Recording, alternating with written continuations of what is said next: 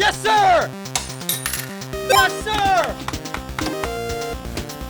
Gambling! Let's go, baby! Woo! Guys, no! No! No! Did I just commit murder? I'm the best, baby! It's too easy!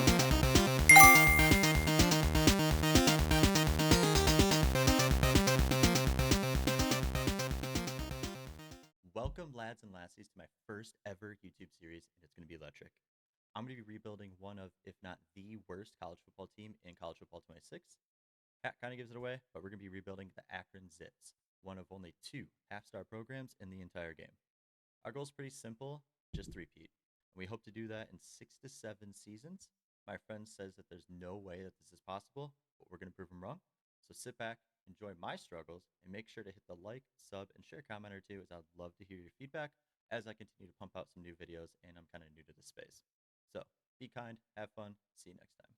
All right, so here's our coach here, Vader Papo. We're running the air raid offensive playbook. I have not run this in college football 26 yet. I used to run it a little bit in college football 25, so it'll be just kind of nice to use this series to see what the differences and the similarities are between the 2 games with the air raid offensive style. Defensive playbook, sticking with 4-2-5. That's what Akron was already running. I'm assuming this will match our roster nicely, at least for this first season. We'll adjust on the fly, just kind of depending on the talent that we get. Pipeline, we're going to be sticking to Ohio. I don't know where Akron normally gets their players from, but I'm assuming the home state of Ohio is where we can attract the most talent. We will have competition from the likes of like Michigan, Ohio State, Cincinnati, some other big programs around with like Penn State and Pennsylvania, but I think that we can do some damage in Ohio, at least after the first couple of seasons, and there should be plenty of talent in the state where this pipeline will be effective. Everything else, I don't really know what it does. I do normally run a little bit of no huddle with that aggressive style right there, so that's why I flipped that to aggressive. But everything else, I have absolutely no idea what it does, so we're just going to stick to it. So for head coach archetype, I do have 3 options: motivator, recruiter, tactician. I'm going to be going motivator. I feel like the off-season training boost is going to be way better for this team early on and get us into contention for the national championship earlier. Recruiter would be nice if we were going to be doing even a longer series, but because I want a 3-peat and within 6 to 7 seasons, I don't think I'm going to be able to maximize the benefit of recruiter early on, because I'm going to be going after some lackluster talent for the first 2 seasons in recruiting and transfer portal. Tactician, don't really know what it does. I do have a tactician archetype in one of my other dynasties, but I haven't really gone far enough to really understand what the benefit is there. So we are going to be going motivator for the head coach archetype. All right, so as you can see, difficulty-wise, we are going to be sticking with Heisman. Only a couple changes that I ended up making. First is manual progression XP penalty. I did drop this down to 0. I like to have full control over how my team progresses and how my players progress, and I don't feel like I should be penalized for it. Pre-order bonus is off. I did pre-order, but I'm not giving myself that leg up there. 8 minutes quarters with 20-second minimum play clock time. That's kind of what I use in all the dynasties that I'm involved in, and I just feel like it gives me a pretty realistic experience in terms of number of snaps and score and stats and all that stuff. Everything else is going to be just set to default. Excuse me. One other change that I did make, max transfers per team, I did crank it up to 30. I just kind of like the chaos that it can create among your team or amongst your team when you just lose a crap ton of players to the transfer portal. So I did crank that up, but everything else is set to default. As you can see here, Akron has been absolute dog water for the past 6 or 7 years. We're going to flip the script on that with Coach Vader Papo. The school says that they only want us to win 5 games. I think that we can do that easily. My personal goal is that we reach a bowl game. I'm not saying win the bowl game, but I do think that as long as we reach a bowl game, we should be able to attract enough talent year 2, maybe get some 3, 4, maybe a 5-star in year 2, and then we'll be off and running after that national contention, hopefully by year 3.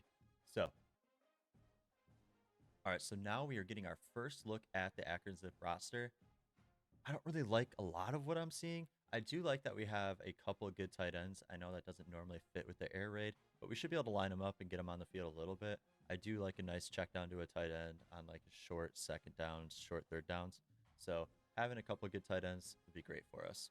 Let's look at our quarterback here. We got Ben Finley. We got a senior, a few young guys afterwards, which is great for motivator. We should be able to at least boost these guys a little bit year 2 if we can't find anyone on the portal or in recruiting throughout the year. But let's take a look here at Ben Finley, pocket passer. Not normally my type. I usually do like a scrambler. So I am a little bit drawn here to Johnny Brookhart. He might get some time this year. Let's look at the accuracy. Yeah, I'm not seeing that big of a difference here. If Finley's not working for me, then I can easily go to Brookhart. I like that. Like, again, I like a good quarterback that can also take off and run. All right, taking a look at wide receivers here. Only a couple seniors that I see. We're probably going to, again, lose a couple in the portal after this year. That's totally fine. Pretty big room. Not very high ratings, though, so we should probably attack or try to recruit at least a couple this year during the season, and then maybe try to get one in the portal next year. Offensive line, I'm not going to look too much at. I know that's going to be pretty bad just knowing the program of the school, and yeah, not a great offensive line. We're definitely going to need to attack this hard recruiting and in the portal as well. Defensive line, got some young guys here. That's good. We can definitely raise their abilities. If we can get Cyrus Durham to stay, which it doesn't look like he wants to, yeah, pro potential is not going to meet that at all. So hopefully we can encourage him to stay, because if we can build up his ratings into year 2, he could easily be a low 80 overall and at least give us some pressure on the outside. Right edge, same thing. This guy, Dexter Brown, looks like he's going to stay with us as long as we can maintain playing time, which should not be a problem just looking at who else we have on the roster. So Dexter Brown hopefully be a key component this year, and hopefully again in the offseason we can boost his ratings quite a bit, hopefully get some good pressure edge. D tackles, yeah, they suck. We do have a good senior middle linebacker. That's good. He'll probably be my user for quite a bit of the season. Kind of slow. I don't really love that, but no, he's a 77 overall. He's got to have some good ratings somewhere. So we'll probably be utilizing Gage Summers quite a bit. Looking at the Will, again, decent overall. He's a little bit faster, so actually kind of maybe switching between Shaman Cooper and Gage Summers as my user on defense. Cornerbacks, not horrible, pretty slow. We're going to get torched on the outside, so I'll probably be having to run a lot of zone coverage just to make up. I don't think that we're going to be able to man up our opponents at all with that kind of speed rating. All right, safeties. We got a couple here. Makai Flowers, deal breaker, brand exposure. So we're going to be losing him after this year for sure. But we're going to try to utilize him quite a bit. 74 overall, that's not bad. Decent speed. And then Justin Anderson. And we're going to lose our strong safeties. Again, pretty slow, but we'll be running a lot of zone, probably zone blitzes.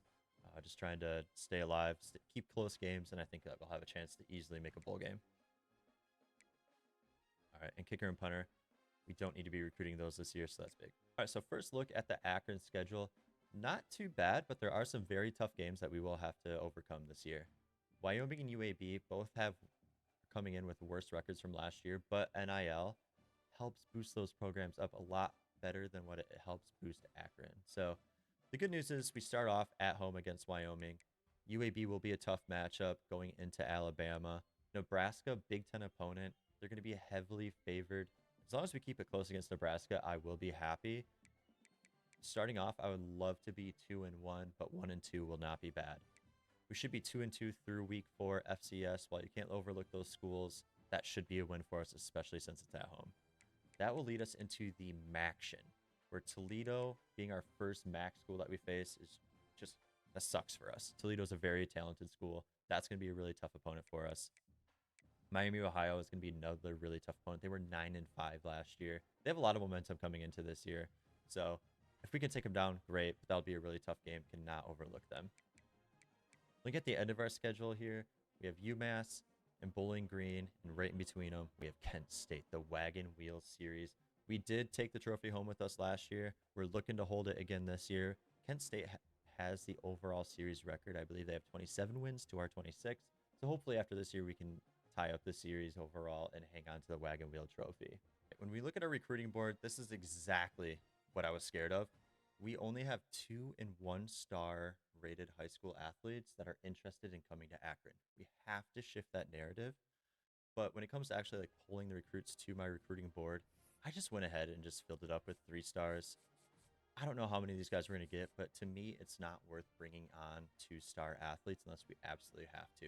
So we're going to push hard for all of these 3-star athletes coming in, and hopefully we get 8 to 10 3-stars, and then we can just fill out the rest of our roster with 2-stars and try to build them up in the off season. But these are the guys that we're going to be going after. I'm going to set up the hours, and then after this, we will get into gameplay. All right, so I did advance the week, and as you can see here, there are so many players that want to transfer out of Akron. I'm not surprised. I am a little bit disappointed that the players don't want to give the new head coach a chance, but I get it. It's the NIL, kind of just where things are right now. But we do have a lot of players that want to transfer. Hopefully, we can change the narrative about the school halfway through the season, and we hopefully cut this list in half, but we'll see what happens. Okay, we did get some interest from some of our guys. Danny Rigg has moved us up to 5th. I think we will continue to climb. I'm a little bit nervous about Cincinnati having that tier 5 pipeline, but we'll see what happens. I'm going to keep going after him at least for a couple more weeks and just see how we fall in line there. All right, Quayshawn Newell has moved us up to 1st, which is huge. So 6'3", 185 gritty possession. We're the only team to offer a scholarship. I think I'm going to drop him down to 25 hours and hopefully be able to throw those hours onto someone else. All right, we got Colt Colombo. Again, we're climbing. I like it. We're 4th. Only one of 2 schools to offer. We have the same pipeline tier as Bowling Green. We're A+ proximity to home. We're going to keep hammering him with Send the House. Hopefully, we can get up into 1st place. All right, Joel Davis, again, kind of what I figured would happen. He's not getting interest from the big schools. We're going to keep hammering in, Send the House, hopefully get to 1st place, and then after that, we might be able to drop down to 25 hours. All right, Doug McNabb, a little bit more nervous. We might actually need to pull out here. We got Memphis Army with higher pipeline tiers. I feel like we're just going to get lost in the crowd, so I'm probably going to pull out of him and go after a different guard. All right, Jared D'Imperio. Perfect. We're in a little bit of a battle with Ohio Bobcats. That's totally fine. A+ playing time. We got the tier 3 pipeline tier. I think that we're going to be okay. We're going to keep hammering him at 50 hours. As we see here, tons of excitement. We got Zippy on the field just pointing to the sky. We have our marching band out on the field. The house is packed. Our players are ready to go. This is our first game with a new head coach, and this is the first game where we start to shift the narrative that Akron is a team to be reckoned with.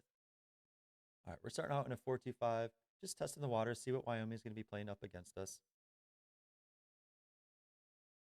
And we're in position, but their running back just cuts it to the outside for a big game. Not the start we're looking for. See if they go to the ground again. We're kind of trying to play up against it here. They do a play action, and they do a little flat out to the tight end. Almost a 1st down. Wyoming's driving. We need to get a big play in the backfield here. Hopefully one of our linebackers or D linemen can get a stop here. And it's a QB keeper, and Ronald Hall, big tackle in the backfield, exactly what we needed. We're going to stop here. Our crowd should be going crazy. They're already pretty loud if you look at the stadium pulse. This is great energy for our first game. They drop back for the pass, and they find their tight end across the middle, and that's another big play, and he breaks a tackle. Not what we needed there at all. All right, 2nd 10, the QB keeps it again. He gets to the outside, but there's Mekhi Flowers for the big tackle. And our first injury of the season, Elijah Reed, our starting cornerback, not good. Hopefully he gets back on the field. All we want to do here is hold him, keep him to a field goal, give our offense a chance to give us the lead.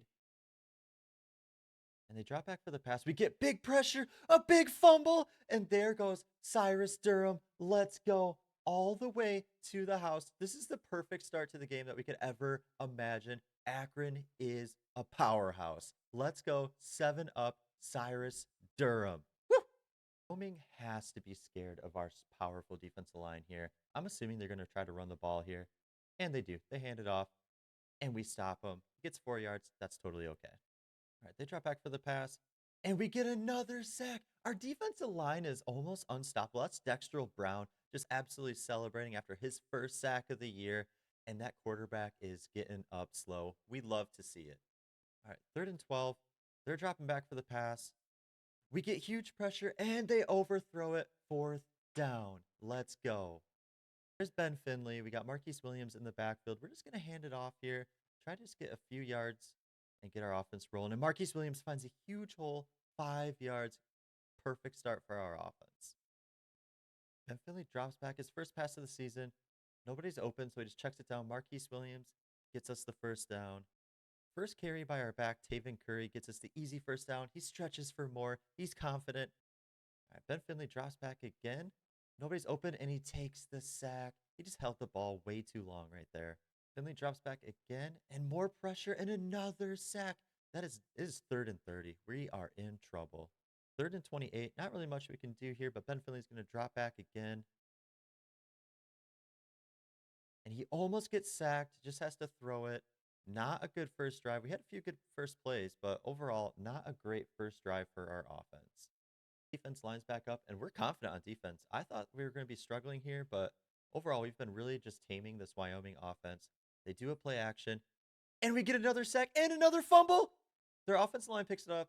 We tackle them in the backfield. That's okay. 2nd and 17, and our defensive line is playing hungry today.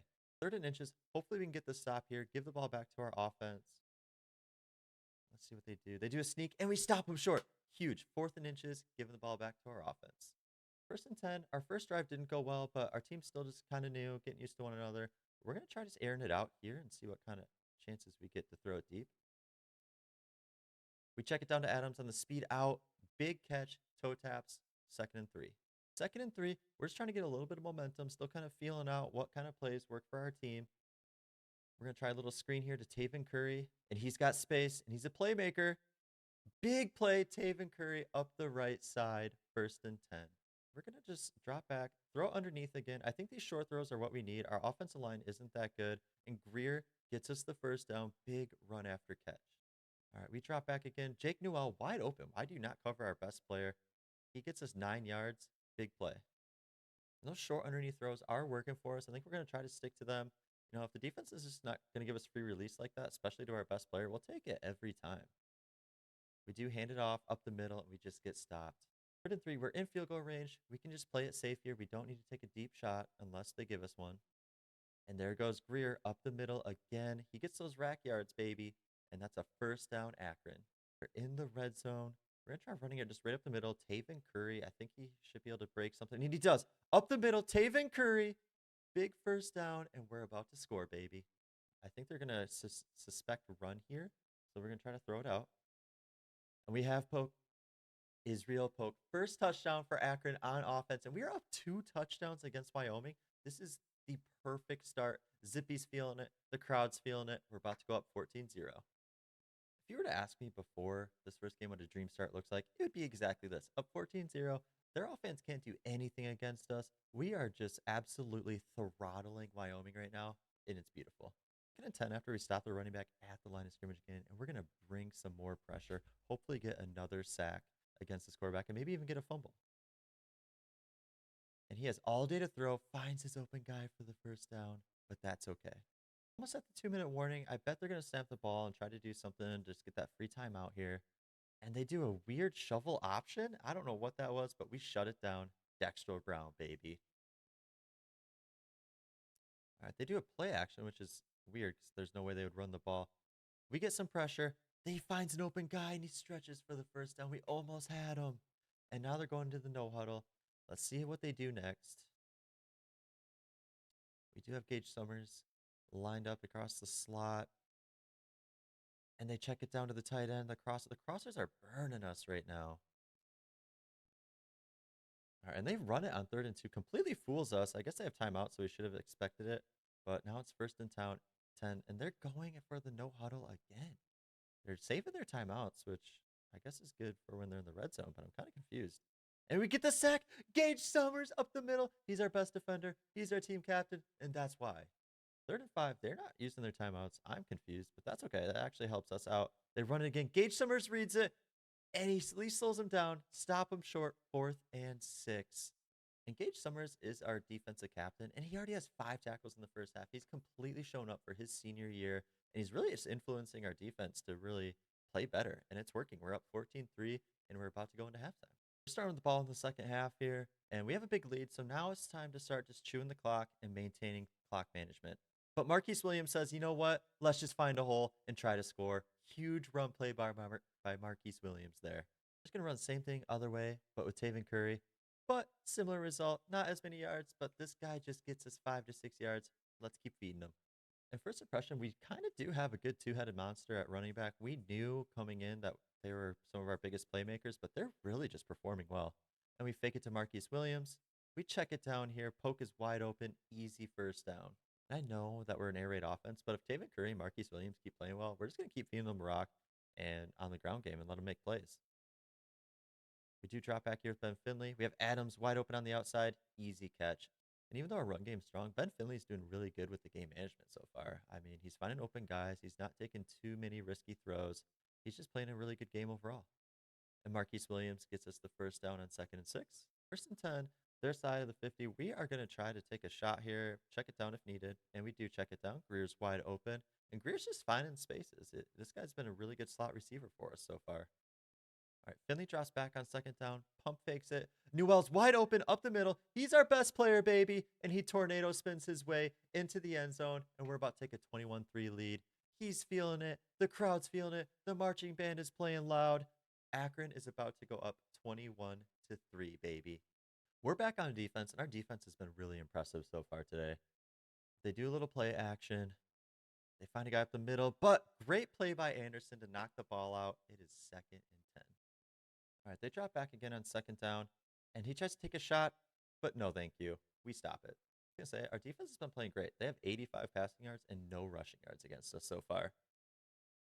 And he has all day to throw and finds an open guy. If we give him that much time, our defenders just cannot stay with their receivers.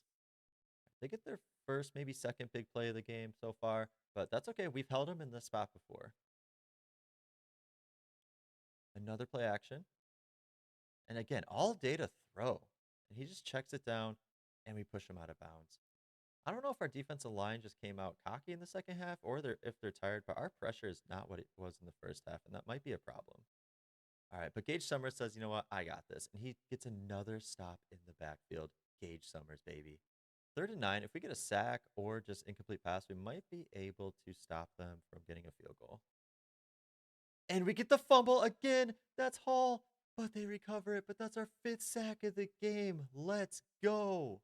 I'm going to try this long field goal here. This should be out of their range, I think. This is a pretty long kick. He boots it, and I'm crazy. He nails it right down the middle. All right, Finley drops back on 1st down. We have Kravak up the middle. That's our backup tight end, but he's still solid. We're chewing clock now. We're just going to try to hand it off here to Taven Curry and just try to run out the clock as much as we can. And he finds a hole, and that's Taven Curry, baby. We haven't ran RPO yet. We're going to try it out here. They should bite on the run. And Ben Finley throws it. And no, it's intercepted. And that's a pick 6. That's exactly what we can't do. And Wyoming is right back in the game. Big mistake by Ben Finley there. I think we might be done with RPOs. Big mistake by Ben Finley. That is his 2nd interception. The first one doesn't really matter, but that one was very costly. And we just chuck it out to Jake Newell, try to make a play, and we go nowhere. 2nd and 9. Let's just let the clock run out. We don't really like what we see. And we're going to the 4th quarter with a 21-13 lead. Should be 21-6, but that interception might come back to bite us. Let's see what happens. Love chew clock on. Let's try to just run down the clock as much as we can and get into field goal range. Do a little halfback draw, Marquise Williams, but the defense was not fooled. They stop us. Huge 3rd down here for Ben Finley. He has to make a good throw. We need the 1st down. And we drop back. Nobody's really open. He tries to force it, and it's 4th down. We've been relying on our defense all game. We need them to get another big stop here. We just need to keep them out of the end zone. Field goal's fine. And they hand it off up the middle, and we whiff. No. And we whiff again. Oh my gosh, we let them back into the end zone, and they're about to potentially tie it up. This is the worst case scenario. We are floundering. As expected, they go for 2. If we stop them here and then we get a field goal, at least they can't just kick a field goal on their next possession to tie it. So hopefully we can get the stop. And he checks it down. We're right there. And a big stop. I don't know what happened to my character right there, but oh well. He got the tackle. We keep him out for the 2-point conversion. All right, they're going to kick it deep, and we're just going to let it go, and hopefully we can chew the clock here on our next possession. We have the ball back. 7 minutes left. We just need to run out the clock here. Ben Finley's been a good game manager for most of the game outside of a couple mistakes. So I do trust him throwing if needed. We do a little double play action here and just dump it off. Smart play by Finley to Adams. Gets us an easy 7 yards. All right, Ben Finley drops back again on 2nd down. We have the check down here to Taven Curry, who runs back for some reason, and now it's 3rd and inches. And another injury. We cannot afford injuries on our offensive line. We are so thin right there. I don't know why Taven Curry ran backwards there instead of just falling down for the first down, but it is 3rd and inches. We should be able to get this quite easily. There's the sneak. Ben Finley gets us a first down. Finley lines up to throw. He kind of likes what he sees for the run game, so we do audible down, hand it off. Marquise Williams up the gut, but gets absolutely throttled. It is now 2nd and 10. Let's just try to get a few yards here. Finley's going to drop back to throw. And he lobs up to poke, and that's almost picked off. That's not good. We need to get the first down here. I'm hoping the middle of the field will be open. Finley drops back. He checks it down to Jake Newell, and he's short. It's 4th and 3. Go for it on 4th down. We need the first down. We need to run out the clock. And Jake Newell, we throw it to him. He runs his route short, and he can't stretch out. We give the ball back to Wyoming. That was worst case scenario. I don't know why Jake Newell just ran his route short. Clearly, he was supposed to go over the first down marker, but you know what? That's an early season mistake. They try to run it, and we stop them. Our defense has been solid all game. They've really been saving us outside of a few big plays. Hopefully, they get the stop here, and we can get the ball back and run out the clock. And they throw it deep, and they all 3 of my defenders just stood around. Nobody went to stop the pass. That's horrible. That's a big play that we did not need to allow to happen here. Let's try to stop him and just hold him to a field goal. Then we can get a field goal for the win. They run it up the middle. He's hurdling guys. He's breaking tackles. Nobody brings him down, and he's in for the touchdown. What was that? This is a monumental collapse. We need to get in the end zone and come out with the win. We're going to try the halfback draw again. It didn't work the first time. Doesn't work this time. Marquise Williams is stopped. 2nd and 13. Ben Finley drops back. He has time. He finds Adams up the middle, and that's a big play by Adams for the first down. We have Jake Newell on a free release here, so we're just going to audible and try to get him the ball. I mean, if they're going to let our best player with the free release, we'll take that. And he's open. Finley with the throw, and Newell gets us the first down. Huge play. 2-minute timeout. Let's just move the ball a little bit, and then I'll be feeling good about our chances of finding the end zone. We have Kravak up the middle, stretches, first down, but 2 injuries again. I think injuries are going to be a problem this year. That's 2 on the same play. That's crazy. But our tight end room is huge, so we are going to go a little tight end flat. And there goes Wisner. Like I said, we have so many tight ends. He's up the sideline, and we are in great position for a touchdown. Let's just drain the clock a little bit and find the end zone. And we're just going to hand the ball up here to Taven Curry. Hopefully, we're a little bit short and can drain the clock more, but he keeps churning, and he finds the end zone. That's okay. It's not bad to find the end zone, but I was hoping to drain the clock some. Go for 2. Try to make it a 3-point game. That way, a field goal is just a tie. And we have our guy, Jake Newell, up the middle. And now we're up 3 with 1:20 left. Wyoming does have all 3 timeouts, so they could throw it short if they want. They do another play action. He has all day to throw, finds a guy for a first down, and they call a timeout. I'm not a huge fan of them getting 10 yards on their first play of this drive. We do need to get at least a couple short stops with the clock running to make them drain their timeouts. And he checks it down, and their guy stays in bounds, and that's going to be a waste of a timeout for them. I don't know what that running back was doing. Still do have their 1 timeout. They're almost in field goal range. We need to get interception, sack, or just incomplete pass here to make it 3rd down. They drop back for the pass. They check it down again. Missed tackle, missed tackle, missed tackle, missed tackle. Oh my goodness. What was that? And now they're in the no huddle. He just broke like 4 tackles right there. And they're going to spike it again to make it 2nd down. Complete pass here is great. But even better if we stop them short on a check down and make them waste their last time out. And we have good coverage back. He finds a guy, and it's just out of reach of Gage Summers. And 2 missed tackles. Oh my gosh, they're going to score. There's no way that is how they take the lead. Our best player misses the tackle, and our tackling has been atrocious this 4th quarter. Oh my gosh. We line up to throw here. We're not out of this yet, but that defensive performance there on that drive was horrible. That guy broke like 3 or 4 tackles just to find the end zone, and that is just an absolute collapse as we find Poke on the outside. And our team's played well this entire game, just let up some big plays on defense at the end, and that's just a huge collapse, but our offense is driving, and we might have a chance to take the lead here. We are just going to try to take a shot here. We need to move the ball down the field, and we have a guy up the middle, and it's intercepted, and that's the game. We gave up a 21-3 lead, and that's the game. We're 0-1. Huge collapse, letting up 30 points in the 2nd half, and this running back started off with that big run for the touchdown. We had a lot of positives this game, but also more negatives, obviously. And we just let up big plays. We couldn't tackle in the entire second half. And our defense, if they can play like they did in the first half, I think we have a good chance to win a lot of games this year. But if they play like they did in the second half, then we're going to be losing a lot of games this year. We have to step up, especially with Nebraska coming in next week. Coming off our very disappointing loss to Wyoming, we now have to face Nebraska, a Big Ten team. They're 23 overall higher than us. It's going to be a very tough matchup, but as long as we play aggressive, keep it close, I'll be super happy, even though we're likely to come out of this 0-2. We're starting out on defense.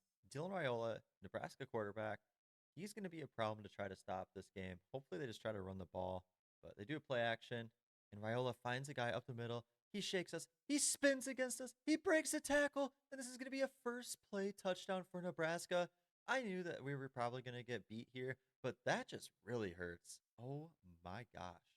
So our defense just got cooked. So now our offense knows they have to come out and they have to be aggressive and probably score every single drive if we are going to win this game. We hand it up to Taven Curry up the middle, who breaks open and gets us the first down. That's a great start for our offense.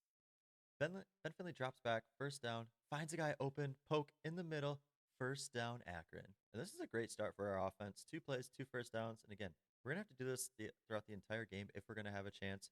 But Curry gets blown up that play.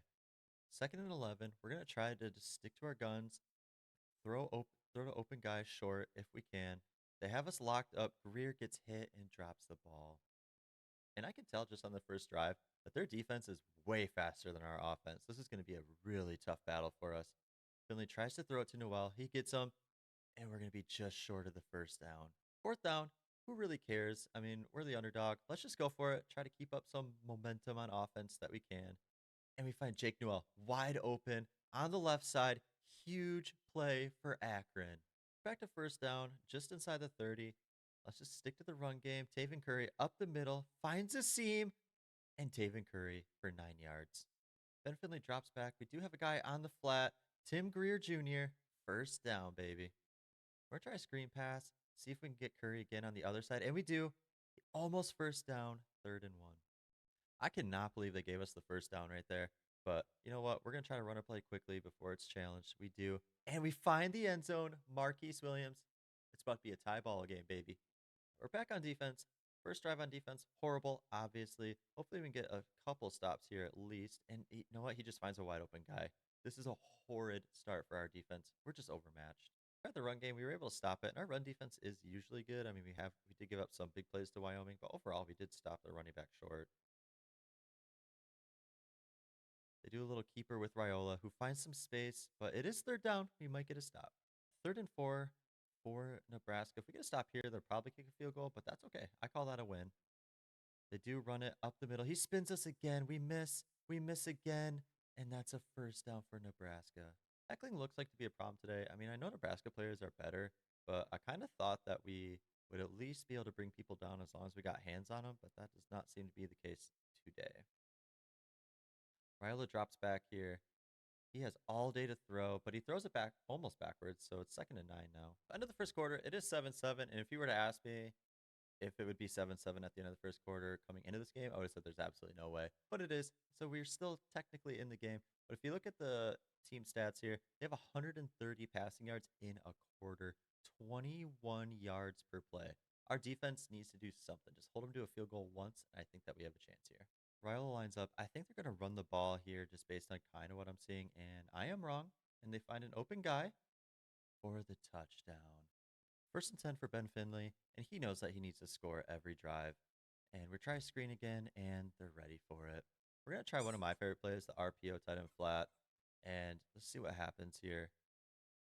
We're able to hand it off. Taven Curry up the middle with some space, and the first down. Let's go. And our offense is not explosive, but we are methodical. And as I see here, we do have Greer wide, like free release here. This might be a good shot for us if Finley can make the throw. We drop back. There's the throw. And Greer, he catches it. First down. Let's go, Akron. What a dot. And off that run, I'm feeling a play action. I think we can get Poke on the crosser here for a big play. They are ready for it. We check it down for Kravak for the first down. All right, let's use Marquise Williams up the middle. He finds a seam. Big spin move. Broken tackle. There goes Marquise Williams. huge, and we're inside the 10. And what really helps our offense be methodical is that huge run game. Marquise Williams and Taven Curry, even through the first 1.5 games that we've seen so far, they are just big playmakers for us. We need to keep utilizing them, and they really open up other options for our offense. Finley drops back, checks it down to Newell up the middle. Stadium Pulse is rocking. 3rd and goal. We need to make a play here. Finley drops back, and he throws it into triple coverage. Interception. What a drive killer. I don't know what Ben Finley was thinking. We had the crosser there to Greer, but he tried to fit it into the running back. What a costly interception. Gage Summers comes straight up the middle, untouched. Huge tackle by our defensive captain, trying to get our defense moving here. Huge play. It is now 2nd and 13, and we just need more and more plays like that from our defensive captain. They hand it off again, and we stop him at the line. It is now 3rd and 10. And if we get a stop here and give us a chance to tie it up in the second half, we do get the ball in the second half, so we might even be able to take the lead in this game. They check it down to their tight end, and he gets the first down. Just poor tackling there yet again. As we approach the 2-minute timeout, they hand it off. Another big defensive stop, and our run defense is huge. Riola lines up here. He drops back for a screen. We have guys out there, but they're just not fast enough.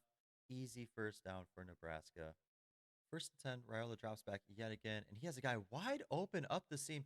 What are our DBs doing? I don't know what our defensive backs doing. We were in zone coverage because obviously we can't man up these guys, but they just let him just run right by. And Riola throws a dart at the 1, and Alex Branch is now hurt. That sucks. I do expect him to run just to drain the clock and probably find the end zone. They do hand it off, and that's a Nebraska touchdown. We're about to be down 21-7.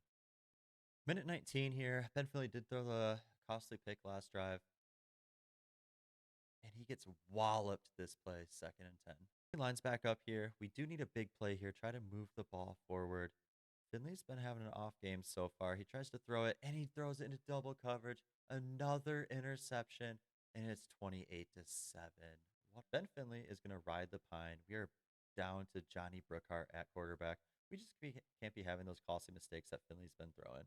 And Brookhart's first throw is almost a pick. So we might just be screwed here at quarterback.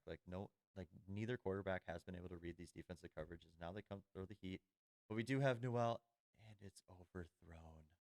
3rd and 10. We're in a horrible situation right now. Our quarterbacks are shook by this Nebraska defense. We just need somebody to make a play. We do find Polk wide open, but that's well short. It's 4th down. Riola lines up 1st and 10. He's been unstoppable this game. They can easily score here if we don't get a couple good tackles or stops here. And he finds a guy wide open. 2nd and 4, Nebraska called a timeout. And I think they're looking to score here. I think this is just a bluff on their formation. And it is a play action. He throws it. Guy wide open up the middle. And they're almost in field goal range as they use their last timeout. 1st and 10, 35 seconds. They're almost in field goal range already, but I'm pretty sure Riola wants to score here just to run up the score. And he finds a guy open across the middle. We just can't get there. Riola, 2nd and 10, drops back, has all day to throw, and Gage Summers almost gets the pick. That was so close. 3rd and 10, Riola drops back. He finds a guy wide open on the outside, and it's 1st and goal. And they're looking like they're going to score again here. He drops back. He finds a guy on the crosser. We stop him at the 1. We might be able to stop him here. I don't think they have enough time to call a play. And the clock's running. And they get the snap off. And Riola steps up, and he finds a guy 35-7 entering the half. And the second half was much of the same. They put up 28 in the second quarter. We were scoreless in the second half. We got walloped 45-7 against Nebraska. We knew we were going to lose, but only putting up 7 points and giving up 45 is so disheartening. But we just got to roll up our sleeves and get ready for UAB next week. All right, quick recruiting update. We are now in week 3. We do have UAB this week, but do want to provide a little bit of a recruiting update. We are in first on everybody that we're targeting, which is huge.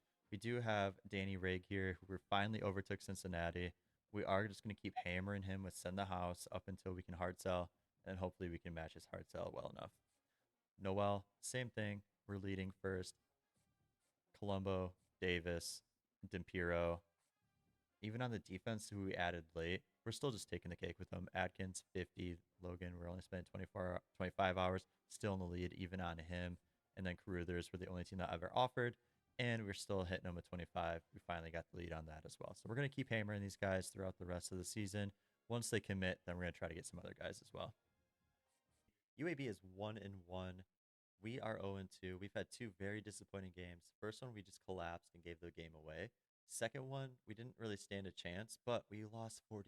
So we have no momentum, and we need this win heading into Maction because we have Toledo next week, which is a huge game for us. So hopefully we walk away with a win. Hopefully we walk away 1-2. Let's get into it. Starting off on defense, 1st and 10. Don't really know what to expect from UAB. They're kind of more of a balanced offense from what I could see. They handed off first play, and we're ready for it. Big stop. They handed it off on 1st down. We're going to try to bring a little bit of pressure up the middle here. Hopefully Summers can get in there. And he does. He gets picked up, and that's a big play to the outside. Their running back catches the edge, and we're not fast enough. We have no speed on defense, and they're going to be up 7-0. We're going with Johnny Brookhart at quarterback. We need some speed back there, and we need a quarterback that makes good decisions. But 1st down, we're going with our bread and butter, Marquise Williams, up the middle. Hopefully he finds some room and can get us some yards, and he doesn't. Brookhart drops back on 2nd down, tries to check it down, and it's dropped. So this is a disappointing first couple plays for us, but we're going to drop it back with Brookhart on 3rd down. Let's see what the mobile quarterback can do for us. We have Jake Newell. He throws it behind, but Newell doesn't care. He catches it, breaks the tackle, 1st down. And maybe some first game jitters for Brookhart with that throw that was behind, but Newell is our star. He was able to adjust to it, get the catch, and even broke a tackle on it. And that's something I think the young quarterback needs to be able to do, is just be able to find the playmakers. Let them make plays. Don't worry about perfection. Just get the ball out there, as he does right here for Kravak. Even though he's our backup tight end, he's a stud. 1st down. 1st and 10 inside the red zone for Brookhart. He's reading the defense here. Decides to make it a run play with Marquise Williams. Hopefully we get the cutback here. And we do. That's Marquise Williams. And what an audible by the young quarterback. We are at the 3. And we're going to try a little read option here. This is what we cannot do with Ben Finley because he's too slow. But Brookhart, he gives us this extra weapon here in the red zone. He keeps it. He cuts up. And that's a touchdown for the young new quarterback. And I feel like we're in great hands here with Johnny Brookhart behind center. That star running back that they have just absolutely cooked us last drive. We need to keep an eye on him and keep Summers on him. They run an RPO, but Mekhi Flowers isn't fooled. 2nd down here, Jalen Kitna drops back. He slings it out to the flat. We whiff on the tackle. He breaks one, but we push him back with Gage Summers. 3rd and 1, they line up. I expect them to run it, and they do, and we're ready for it. 4th down. Huge stop for our defense, and now Brookhart has a chance to give us the lead, which we have not felt a lead in a long time here. So our offense is ready to get moving. Play action here. Brookhart scrambles, and he jukes it, but he fumbles, and that's a turnover. And he's injured. This is the worst case scenario here for the new quarterback. And that's just devastating. Like, the young guy was just getting ready, and then not only does he make a mistake, he also gets hurt after making the mistake. But hopefully our defense can give us the ball back. Gage Summers gets cooked up the middle, broken tackle. They do another RPO. Mekhi Flowers is there. They get the 1st down. I will say Mekhi Flowers did not stop him behind the 1st down marker, but at least he was able to wrap up and, the guy didn't break the tackle. Let's get to make some line adjustments here for UAB.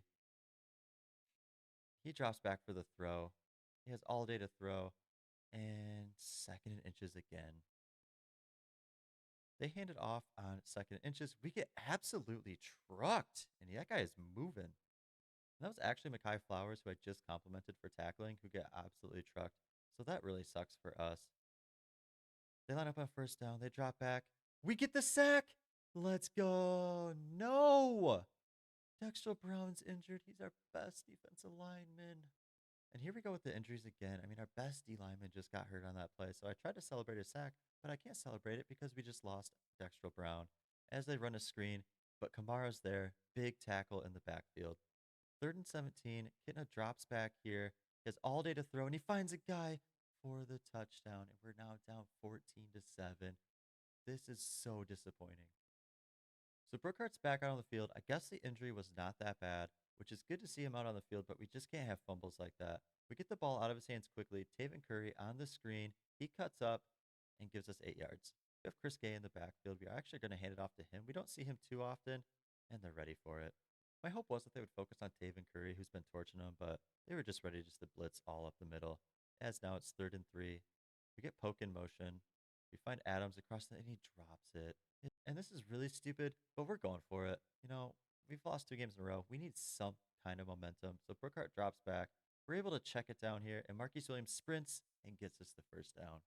And when you're a program like Akron, nobody really cares if you make stupid decisions like that, like going for it on 4th and 3 from your own 30. But so that gives us a little bit of freedom when we do play calling. Brookhart throws it, and it's swatted down.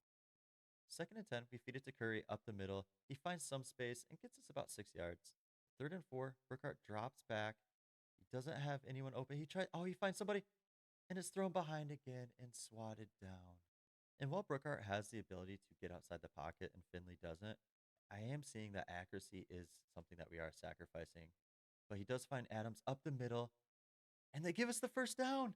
I don't know how they gave us the first down, but we're snapping the ball quickly, or at least calling a play quickly. I don't want them to remeasure that if they have the option. We're going to try a little motion triple option left here. We've never ran this play before, and that's probably why.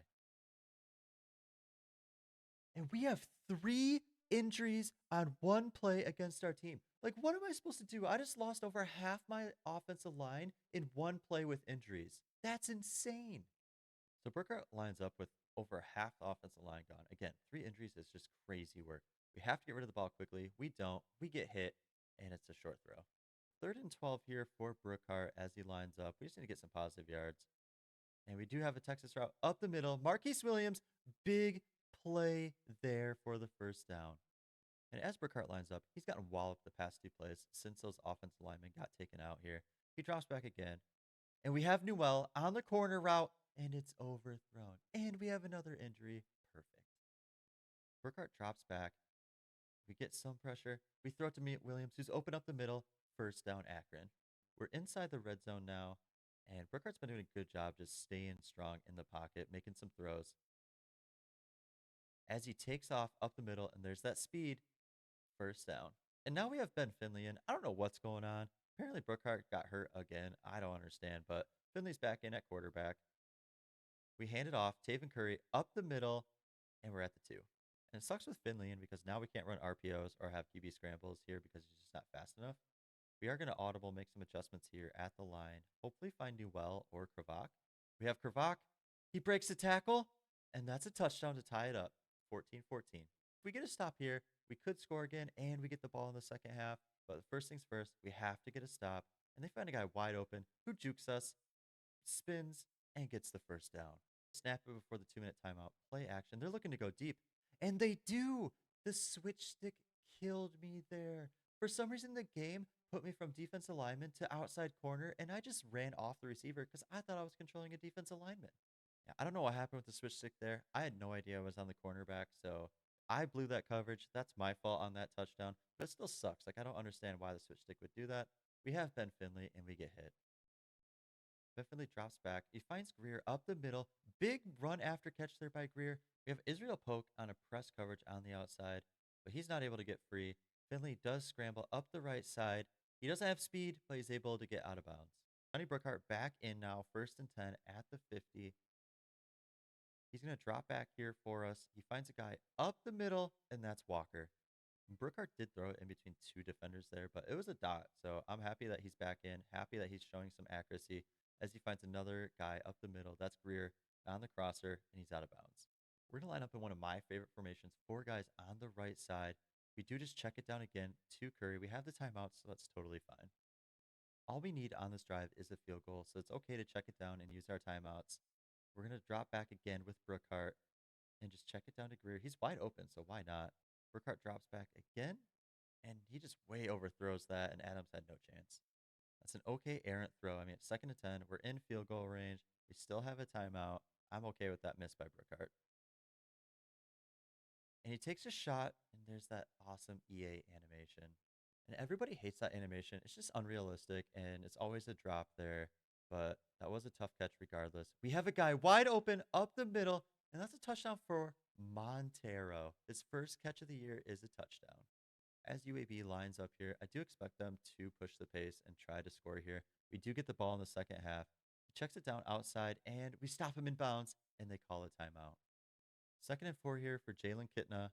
He has all day to throw. He finds a guy deep, and there's just no way we give up a touchdown here. We just don't have the speed to keep up with these guys.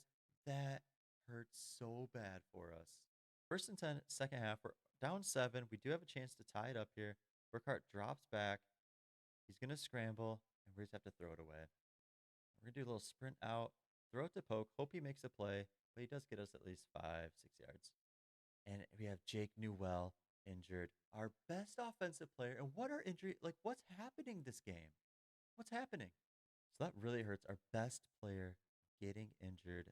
And I don't know what's going on with injuries this game. And we throw a pick. We throw a pick. I don't know how there's not pass interference on that play, but that's a pick 6, and now we're down 2 touchdowns. What is happening this game? Disaster start to the second half here. We lose our best player. We throw a pick 6. Curry says, feed me the ball, and we do for 8 yards. Burkhart drops back on 2nd down. Nobody's... Oh, he does find somebody open. Across the middle, Israel Poke. We're at the 50, and we're moving. 1st and 10, Burkhart drops back. We do have Kravak wide open for a big play, and we're feeling it now. 1st and 10 from inside the 30 now. We drop back, and why not just give it to Kravak again? We do. Big play yet again, and we're inside the 10. Gonna goal. We use Burkhart, drop back. Nobody's open. He throws it up, and it's almost intercepted. That was a bad play by Burkhart. He's out again, apparently injured. I don't know what's going on in this game. We have Ben Finley back in. We're going to drop back, see if we can find someone open for him to throw to. 3rd and goal. He drops back. There's pressure. He can't scramble, and he's sacked. So we're left with the field goal with Samara. We're dead center. This should be a pretty easy chip shot for him to make it an 11-point game. He drills it.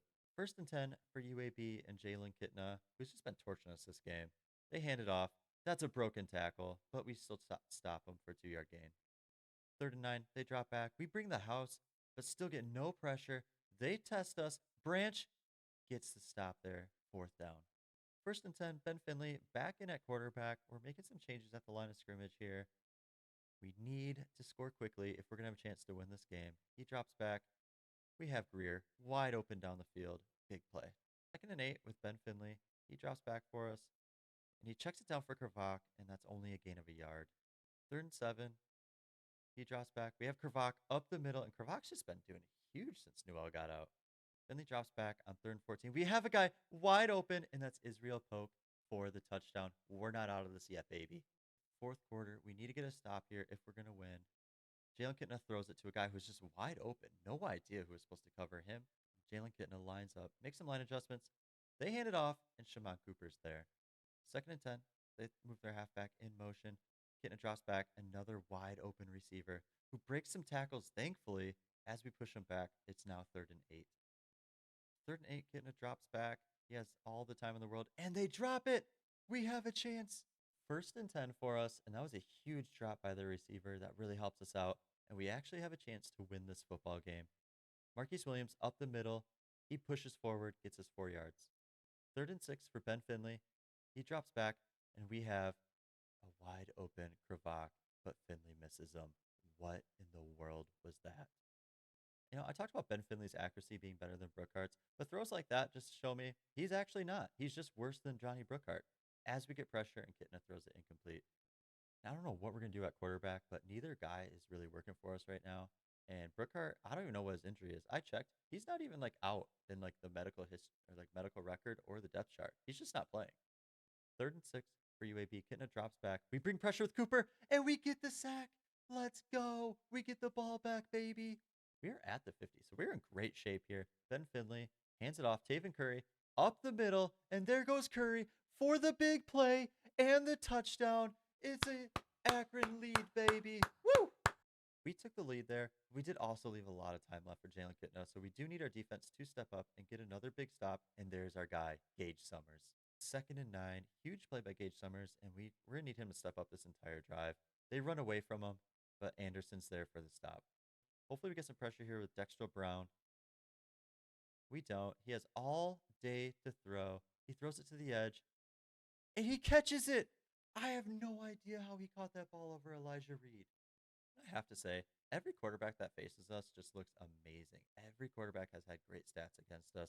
Our pass coverage is so bad. as they run an RPO to the outside and get the first down. I expect them to try to drain the clock here. They do. They hand it off, but Gage Summers is there with Dexter Brown. Let's see what they do here. They could do pass or throw. They do a screen, kind of a good mix of the two, and they find space and almost get the first down. They hand it off. We're ready, but they still get the first down. I need to start either considering letting them score, or if we get a stop here, maybe call a timeout. We get the stop. We're going to call a timeout, try to preserve some clock. We're in a good position. They have to go for the end zone. They check it down. We're ready for it. Third goal. Kitna is in the pistol formation here. He does drop back. He has all day to throw yet again. And it's incomplete. I thought we were going to get pass interference there. Fourth and goal. We just have to stop him here, and we get the win. Let's hope our defense can hold strong. They don't. He's wide open. Oh, my gosh. Ben Finley at quarterback. I can't believe we let him score right there, but we're only down 3. We can easily tie this game. Finley dumps it off, and what a horrible, just horrible play. Second 11, not only did we just waste time, we also lost a yard. That is exactly what we don't need. We have a guy wide open, and it's another overthrow. Like, what do I do? Neither quarterback can hit a wide open guy when there's no pressure. It just makes no sense, and we just can't score that way. Finley drops back again, and this time there's pressure, and he's hit. I mean, this is the ball game. If we don't get this, then we're going to go start our season 0-3, which we cannot do. And there's more pressure, and that's the ball game. And there's another injury, just, salt in the wound right there. And that's the ball game. We're 0-3. We were in this game. We had the lead. Ben Finley just choked. He wasn't even supposed to be in the game. I don't know what happened to Brookhart. We had like 15 injuries. A little bit of an exaggeration, but probably not that far off. It's a horrible game. And we're heading into MAC play 0-3, exactly what we did not want to happen. So I messed up. We do actually have one more game before action, and God bless that we do, because it's against an FCS school. They're 52 overall. We should be able to wipe the floor with these guys, which we need. We need momentum heading into action. Let's see what happens. We have nothing going on right now. We're 0-3. This is the worst start possible for us. Let's hopefully get the win before heading into Toledo. Looks like FCS might be running the triple option, which would be great for us because we are good at stopping the run. They are throwing. The QB scrambles. We get some pressure there. And he throws a crossbody dart across the middle to their wideout, who just spins out our safety. And we just gave up a one-play touchdown drive to FCS. This is crazy. This is the worst start. Are we getting torched by an FCS school? We're just going to hand it off. Marquise Williams up the middle. And he gets us about 5 yards. That's perfect. 2nd and 6. We're going to be throwing it this time. He has time. Easy check down Greer for 3rd and 1. Perfect start. I don't know what FCS is doing, but our wide receiver is wide open here. We're just going to lob it up Israel Pope for the easy touchdown. And I know that it's kind of cheesy that they lined up in some kind of goal line formation, but I'll take it. We need a win here. Israel Pope for the big play. Disastrous start for our defense. Hopefully we step it up here. Maybe we overlooked them, but their running back gets it to the outside for 4 yards. And our defense did come into this game a little bit tired. Like, I did see some wear and tear on the guys. That's no excuse. This is an FCS school. If we lose this game, we will be a laughing stock of the NCAA, and we can't have that. 3rd and 7. Our defense lines up here. I do expect him to throw. Let's hope we're ready for it. We do have guys locked up, but he does find someone wide open for the first down. They're driving, and this looks really bad for us. They hand it off, and Gage Summers is ready.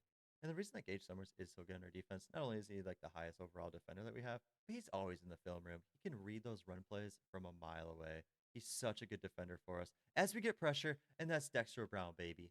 3rd and 13, thanks to the sack by Dexter Brown, who's just been huge these first few games for us. And they run a toss play, trying to fool us. We're not fooled, but he does break tackles. What is happening with our tackling? This is an FCS school. Hopefully in recruiting, we can get guys that have faster speed and that can tackle, because right now through 3.5 games or 3.25 games, we're getting absolutely cooked on defense. And they try the run play, but we're ready. 3rd downs has just been a nightmare for us. Teams can convert them so easily against us, it seems. We need our defense to step up and get a stop here. We get pressure. He somehow gets the ball away, but we do stop it. It is 4th and 8. 1st and 10. We're just going to try a little run play with Taven Curry. Give our defense a break. They seem tired already, which is crazy, but let's give them a little bit of a breather. They did get the stop as Taven Curry runs up the middle and gets us 5 yards. 2nd down. We're going to try a little RPO. They bite on the pass. We're just going to hand it off and Curry for the first down. And I know that we are an air raid offense, But we do need to keep feeding our running backs because they're some of our biggest playmakers. As we play action at Taven Curry, and he just opens up pass plays like this through the play action, and that's an easy catch for our boy Israel Poke. And we might try a shot here. We do have Greer with press coverage. If they bite on this pump fake, we should be able to get a little lob pass up to Greer, corner of the end zone, and it's just out of reach. But great try right there by Brookhart. Second down, we're going to go back to Taven Curry. It's been working. He's been able to get us about 5 yards, and he does again this time. You see some holes for Marquise Williams, who's more of our speed back. He finds the gap, he finds the hole, and gets us about 15. Huge run there by Williams. End of the first quarter, we are tied with FCS, but we are driving. We should be able to take the lead after this drive here, unless something disastrous happens, which I hope doesn't. Burkhardt drops back. He dumps it down. Israel Poke. Great first down play. And I was really hoping that we'd be able to score here. We need the first down. We need to get in the end zone. Like, field goals aren't going to win it with our defense. Burkhardt has time. He throws it. Dangerous throw. Adams catches it, and it's 4th and 2. And we are going to go for it. We're 0-3. What do we have to lose? So 4th and 2. We're hoping to find Newell in the middle. And Brookhart says, nope, I'll take it this time. And that's an Akron touchdown. Johnny Brookhart. 2nd and 9. And I think as long as they keep it on the ground, we do have a chance to keep stopping them on defense. It's when they air it out that we get into trouble. They try a little option. Quarterback keeps it, and we're ready for it. They throw it. I'm a little bit scared. But they try the option, and Dexter Brown says, no, thank you. A little bit of breathing room for us, but we can't get cocky here. We have given up big leads, as we've seen in Wyoming and UAB. I mean, it wasn't a big lead, but we still gave it up. So we need to keep driving, and we need to keep putting points up on the board. We're going to use a screen here to Taven Curry, who takes it up, cuts it back behind his blockers. Big play there, 1st and 10. Johnny Brookhart's looked pretty good for us. He is, I believe, 6 for 7 for 120 yards. We drop back. He throws it up here, but there's a collision. Bad throw, dangerous play by Brookhart. And I thought the receiver was going to keep going to the end zone, but there was like a collision, and for some reason the ball was just thrown where he was, not where he was going. But that's okay. Newell's wide open, but it's out of reach. And it's just those deep throws that we like Finley, Brookhart, nobody can make them. So we have to keep just throwing it short, I guess, unless we just get lucky on a deep throw. We check it down here, Marquise Williams, and that's a drop. I think in the transfer portal, we're going to have to keep looking for a quarterback. I like Brookhart, but he just can't throw deep, and we need to be able to take shots down the field if we're ever going to be a program that's going to be in contention. And we missed the field goal. FCS lines up in good field position. I can't believe we shanked that to the left. That's what a horrible kick by our kicker, and we're still only up 14-7. They hand it off to the fullback and get a few yards. I do expect him to start throwing at some point, which does terrify me, honestly, because our pass defense is so bad. He does play action, but Cyrus Durham says, you ain't throwing it. They do a jet touch pass. He cuts it. We're fooled. Look at those blocks on the outside. And number 22 gets the edge on the right side. Are we fast enough? Can Mackay get to him? We do, but they're at the 5. What a huge play by them. Cyrus Durham just failed to set the edge, and they completely took advantage. 2 minutes right now. They're at the 5. They hand it up the middle. Somehow their running back gets through, and there's another injury again. Our training staff is getting absolutely fired after this season. This is insane. Every game, we have at least one starter, if not 8 starters, get injured, and they take advantage, run it right up the middle for a touchdown. A minute 50 left. Johnny Brookhart lines up here. We're tied 14-14 to an FCS school, and I might get fired if I start out 0-4 and lose to an FCS school. So I need my team to step up so I can keep my job. We check it down. Taven Curry for the first down. All right, I do see press coverage. Adams might be open on the deep shot. We drop back, but their safety moves over. We have to throw it short, and Greer catches it for 2 yards. We're going to go no huddle here. Keep the pace. Try to save 2 of our timeouts for when we're across the 50 here. We drop back. Greer's open on the outside. We throw it to him, and he stays in bounds. That's horrible.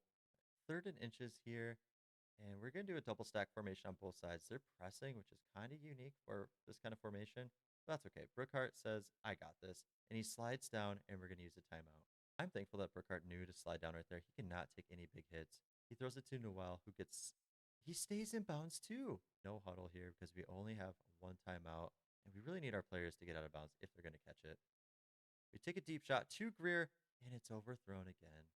And that's exactly what I was talking about needing a quarterback to come out of the portal. Like, we need to be able to hit those throws. And I love Brookhart, but he's a backup. But we have to use him as a starter. We're going to go no huddle after that nice play to Greer up the middle. And we need to be able to stop the clock. So we have to go towards the edge or just throw it incomplete deep. Or Brookhart needs to scramble because nobody's wide open. We slide down. An injury timeout that wastes our timeout, and it's another injury. How can it every game have at least 2 starters injured with like a maximum of like 10? It's just crazy. We throw it up the middle, poke, and he's going to have to go down. Again, we're just going to have to throw it short, hopefully, and get out of bounds. Or just throw it up the middle. And we have to get on the ball here and just take one shot to the end zone, but we have to be fast. We drop back. Okay. And we throw it to him. But it's an inaccurate throw, and he can't get out of bounds, and that's just going to waste the clock. All because of the injury and the injury timeout there. Gotta love it. And I know, I could have spiked the ball, but I wanted to move the ball forward. I thought that if we just threw the crosser late enough, we'd be able to get out of bounds, but it just didn't happen. Burkhart drops back. We have Israel poke deep, and he throws it, and he catches it. Huge play, Israel poke. Johnny Burkhart, I'm sorry. You are accurate. Huge play coming out with energy. Hopefully our defense got a jolt from that throw from Brookhart to poke. Hopefully we can shut these guys out and just have a big win. We deserve it. We've worked hard. And they just throw it deep. And how does he get this ball off? He got absolutely rocked. Who is this Brock Ladler guy? He's getting crushed, falling backwards, throws a 70-yard dot to his receiver. Absolutely insane. And I just don't know what to do about that. I mean, we get pressure, we hit him, and he just launches it. Absolutely insane. Tie ball game. Run a Curry up the middle here. Give our defense a break, even though they don't really need one, but they just need something. They need to make some kind of adjustments here. I know that was an incredible throw by the quarterback, but also, how are our DBs getting torched by FCS wide receivers? It just makes no sense. 3rd and 4. We have Poke on the, or sorry, that's Adams on the outside, first down. We're going to try to be a little bit more methodical unless we have a chance. And it looks like we have a chance right now because Poke is just going to have a free release, and he's been our big play wide receiver. So we might just try to take a shot here. And that's a dangerous throw, but I'm okay with it. Eventually, we have to be able to hit one of those 50-50 balls, so I'm just going to keep trying them when I can. But we do a little play action. We have the crosser to Poke, who's had a huge game for us, first down. And Israel Poke has 7 catches for 208 yards, and 2 touchdowns. Just absolutely lighting up this pass coverage, and we hand it off to Curry up the middle for another big play. First down, Burkhart drops back. We have Poke yet again, but it's out of reach. We're going to drop back. Let's try to get Jake Newell into the game. He has not caught really much of anything today, and we just need to give him the ball because look at that play. Newell is out now. I think he still has some lingering injury, but Burkhart scrambles to the right side. He's going to run towards the end zone, and that's a touchdown for Johnny Burkhart. FCS hands it up the middle, and their running back just took off there, but he only got 4 yards. As long as we can keep FCS on the ground, then I think we have a chance. But it's just been this Brock Ladler who just came out of nowhere, and nobody knows of him. But he's a great quarterback. He's been lighting us up. And he pitches it to O'Neal on the outside, who jukes us, and they're going to get a first down. 2nd and 10, they run the triple option again, and they get it to O'Neal on the outside, and their option plays are killing us right now. Ladler steps back on first down. He checks it down to their running back, and they get 6 yards. They're going to run another speed option to left. Ladler keeps it, and this quarterback is dangerous. If I see him in the transfer portal, I'm going after him. Ladler fakes. He does triple option. Spriggs is ready, and that's a big loss of yards. I think they're just out of field goal range here, so we just need to keep them where they're at or move them back. That's a play action pass. We do force them to do a check down. He breaks some tackles, but the rest of the team's there to stop him. They are in field goal range now, I do believe. So we just can't let them get the first down, and I'm okay if they get a field goal. Ladler drops back, and there's a guy wide open, and Ladler finds him. And there goes Dextrell Brown with the injury. I'm speechless. I'm just going to stop commenting on it, but I'm infuriated with the amount of injuries that we face every game. Ladler drops back. He scrambles to the right. He's going to keep it. He throws it away. How do you get that away? I'm going to start referring to this Brock Ladler as like Lefty Mahomes because he is making some unbelievable plays. They hand it off up the middle, and they're about to tie the game. 2nd and 7 for us as we start the 4th quarter here. Burkhart drops back for the pass. We have an easy check down to Curry. He's going to get the first down and a lot more. He hurdles a guy. He's athletic, ladies and gentlemen. and we're in their territory at the 30. And in this play, we're going to do a little bit of trickery. We're going to move Curry in motion, hopefully draw the defense that way since he just had a big play. But we're going to hand it off to Chris Gay up the middle. And what a big play for us. He jukes a guy and gets us the first down. And we're going to keep the ball on the ground. It's working for us on first down. It gets us into like second and third and short. And then there goes Curry. He gets the outside. We hand it off. He finds a hole, cuts back, and gets us the first down. Nice job. First and goal here. We're going to try to get Newell across the middle unless we have something deeper. But Jake Newell's our best player. We have to try to get him the ball any chance that we can. He's covered up, so we're going to scramble here with Brookhart, and he's going to slide down, chew the clock. Smart play by the young quarterback there. We hand it off up the middle. Marquise Williams for the touchdown and the lead. Mahomes here, 1st and 10 for FCS. He keeps it, breaks Gage Summers' tackle, but Elijah Reed's there to clean it up. They do a little read option here, and there goes Brock Ladler. This guy is just insane. They're moving the ball well. I don't know what this play is, but I'm thankful they called it because that sucked. That was a rare mistake by Lefty Mahomes. 2nd and 12 for FCS, and we're in good shape to get the stop here as long as we can stop him. On this play, we do blitz with Shimon Cooper, but he gets away from it, and he takes the big hit from Gage Summers. 3rd and 3, triple option. He pitches it back. We're ready for it, and we get the tackle. We're going to hand the ball up the middle to Curry. He's been our guy all game long. We hand it off. Hopefully he gets us a first down. He gets us 5 yards. They're going to call timeout.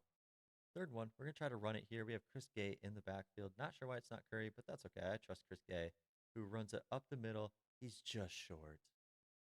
4th and 1, we're going for it. QB sneak. Let's try it out. And we don't get it.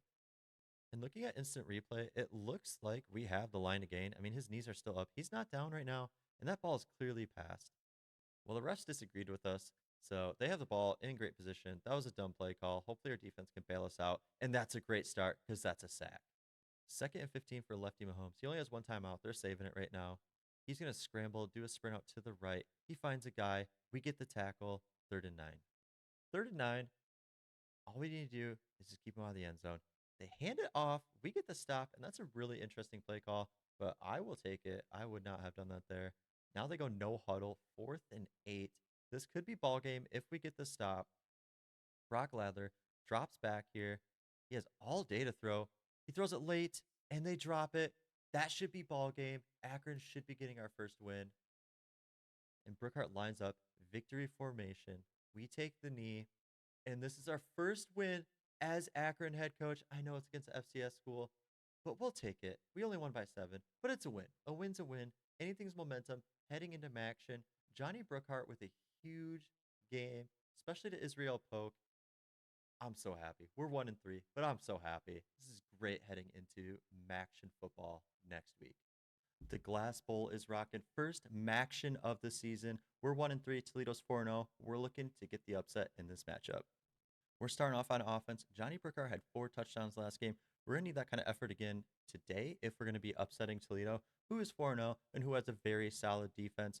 But we start off with Marquise Williams, who just gets stuffed. We're looking to just make it 3rd and short here as he takes it up the center, but again, just gets stuffed. 3rd and 6, we drop back with Johnny Brookhart, finds Greer, who just finds space and gets us the easy first down. 1st and 10, we're going to go a little play action. They assume that we're going to run, and we have Adams wide open, left side deep. Brookhart finds him. That's a huge play for Akron to get some momentum. We're going to go back to our guy, Taven Curry, who's going to take it up the middle for us, finds space, and gets the first down yet again. Brookhart takes the play action, scrambles to his right, finds our guy Greer for another first down, and we're inside the 10 already. Read option on 1st and goal, and Brookhart just gets slobber knockered in the backfield. The read option was a great play call for us last week, but Toledo has a much better run defense, so we might need to lean more on the pass. Brookhart drops back, finds Greer, who just gets speared in the middle of the field. Brookhart's going to drop back on 3rd and goal. We have Chris Gay up the middle, who finds the end zone. Touchdown Akron. As Toledo takes the field, we can see Junior Vandeross on the left side for him. He is a stud. He's having a heck of a year for Toledo. We're going to have to watch him. They throw a quick pass up the middle to the tight end, and that was just a very clean play. Gage Summers was in position to get the pick there, but the tight end just took it right out of Gage Summers' hand last play. But 2nd inches for Toledo. They try the run, and Spriggs is not fooled. But I can expect them to go to Junior Vandeross here. Here's their stud. They're looking to get the first down against us. It looks like they hand it off here. Gage Summers is there in pursuit. Gets twisted, but does get the tackle, but first down. And Tucker Gleason's also having a great year. Obviously, he does have the stud of Junior Vander Ross on his team, but looking at stats, he does spread the ball out as they hand it off here. He gets to the outside, shakes a tackle, but is stopped short. And we did expect Toledo to throw the ball more, but it looks like they are trying to run, which is good for us because our run defense is usually pretty solid. As they drop back here with Gleason, he has all day to throw. Absolutely no pressure. He lobs it up, and that's a drop. They're going for it on fourth down. Can't blame them. To just past the 50. This totally makes sense. And they can run or throw, so we're kind of in a bind here on defense. They hand it off. He finds space up the middle, shakes a tackle, stretches, and gets the first down. First and 10. They do the play action with Gleason. He has, again, all day to throw. Dangerous pass. We almost got it, but incomplete. And right now, I'm actually almost more impressed with our pass coverage, which is crazy because that's usually our weak spot. But they have been able to run, just like here. They shake a tackle and get 3 yards. We haven't been getting much pressure on Gleason, and if we're going to stop him and keep him out of field goal range, then we need to send a little bit of a blitz here. Mekhi Flowers, left side, gets picked up. He lobs it deep. We're in position, and we're not in position. Like, what is that? What? We never get a 50-50 ball. It seems like the CPU always gets the 50-50 ball, and now we're going to be tied. We're going to hand it off to Williams, who finds a little bit of a gap, gets us 4 yards. That's great. Start of the second quarter. Brookhart, 2nd and 6. We're going to try a little screen pass here to Williams. Toledo's been pretty aggressive, just crashing in. And this is what happens. It creates a lot of space on the outside to our guy, Marquise Williams, first down. They're pressing us. We're going to see if either of our outside receivers get any kind of separation. But we're going to dunk it down to Tim Greer, who just finds space and gets us another first down. 1st and 10. We drop back again with Brookhart, who finds Greer again for another first down for Akron. And through the first 4 games, Greer has really become like our safety net with Jake Newell, but Greer just finds space, and we're going to keep feeding the ball as much as we can. We hand it off to Chris Gay here, who shakes a couple tackles and gets us a first down. They're giving Jake Newell a free release, and this just seems like easy money for us. We drop back, quick throw to Newell, who finds the seam, and you can't just leave our best player wide open. Touchdown, Akron. Brookhart with his 2nd touchdown of the game. 1st and 10 for Toledo. They're going to throw a little bit of a screen. They probably saw our success, but guess I take that back. He's just shaking tackles. I thought we had it wrapped up, but of course, I forgot we can't tackle. In our tackling, I mean, if we start missing tackles already, then it's going to be a long game for our defense. Gleason airs it out, and we miss another tackle. And I just don't know what we can do. Like, I'm not even trying to hit stick all the time. Every once in a while I do. I'm actually just hitting the wrap-up tackle button, but it's just not working. They do a play action. They find Junior Vander Ross, drops it. Good coverage. And so far, we've held Vander Ross to 0 catches, which is great for us. As we get in, we whiff on the sack, and Gleason throws it away. It'll be 4th down. Great stand by our defense there. Wish we got the sack there just for Dexter Brown. He deserves it. I'm hoping he might even be able in contention for an end-of-year reward. But overall, put our offense in good shape, and we get 2 yards. And we got our guy up the middle, Israel Polk, for a first down.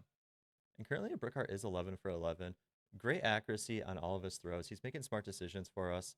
And right now, this is ultimately why he won the starting job over Ben Finley, because he just makes better decisions and makes the clean throws. We try to run up the middle. It doesn't work. 2nd and 9. Brookhart drops back. Nobody's open. He's going to scramble to the left side. And this is the kind of mobility that he gives our offense as he goes deep down the field for a first down. 1st and 10, 2-minute warning. Brookhart drops back. He finds our guy across the middle. That's Alex Adams. Nice spin move. Stays in bounds. That's okay. Clock's running. We adjust our line to accommodate their defensive line. We find our guy on the deep crosser, and it's just out of reach. His first incompletion. That's okay. 2nd and 10. We drop back again, and we scramble, and we tried to get out to the outside. We couldn't. 3rd and 12. We drop back again. We have Chris Gay up the middle. This is a play that we scored on last time, and it just seems to work. And Brookhart's currently 13 for 14, 2 touchdowns, 150 yards in the first half. What an excellent game by him. I'm so impressed by the way he's stepping up in this action matchup. We're going to line up in empty quads here. This is like one of my favorite formations. It just seems to get people open on the defense. And Brookhart scrambles up the middle, and he's going to slide down 1st and goal, and we're going to use our first timeout. 1st and goal, we drop back. They bring the house, and that just leaves guys open, like Marquise Williams. Touchdown, let's go. And we're up 21-7 against the 4-0 Toledo Rockets. And I feel great about this. Our defense has been playing good. Our offense has been unstoppable. They try a screen pass here to Junior Vander Ross, and we stuff it 2nd and 6.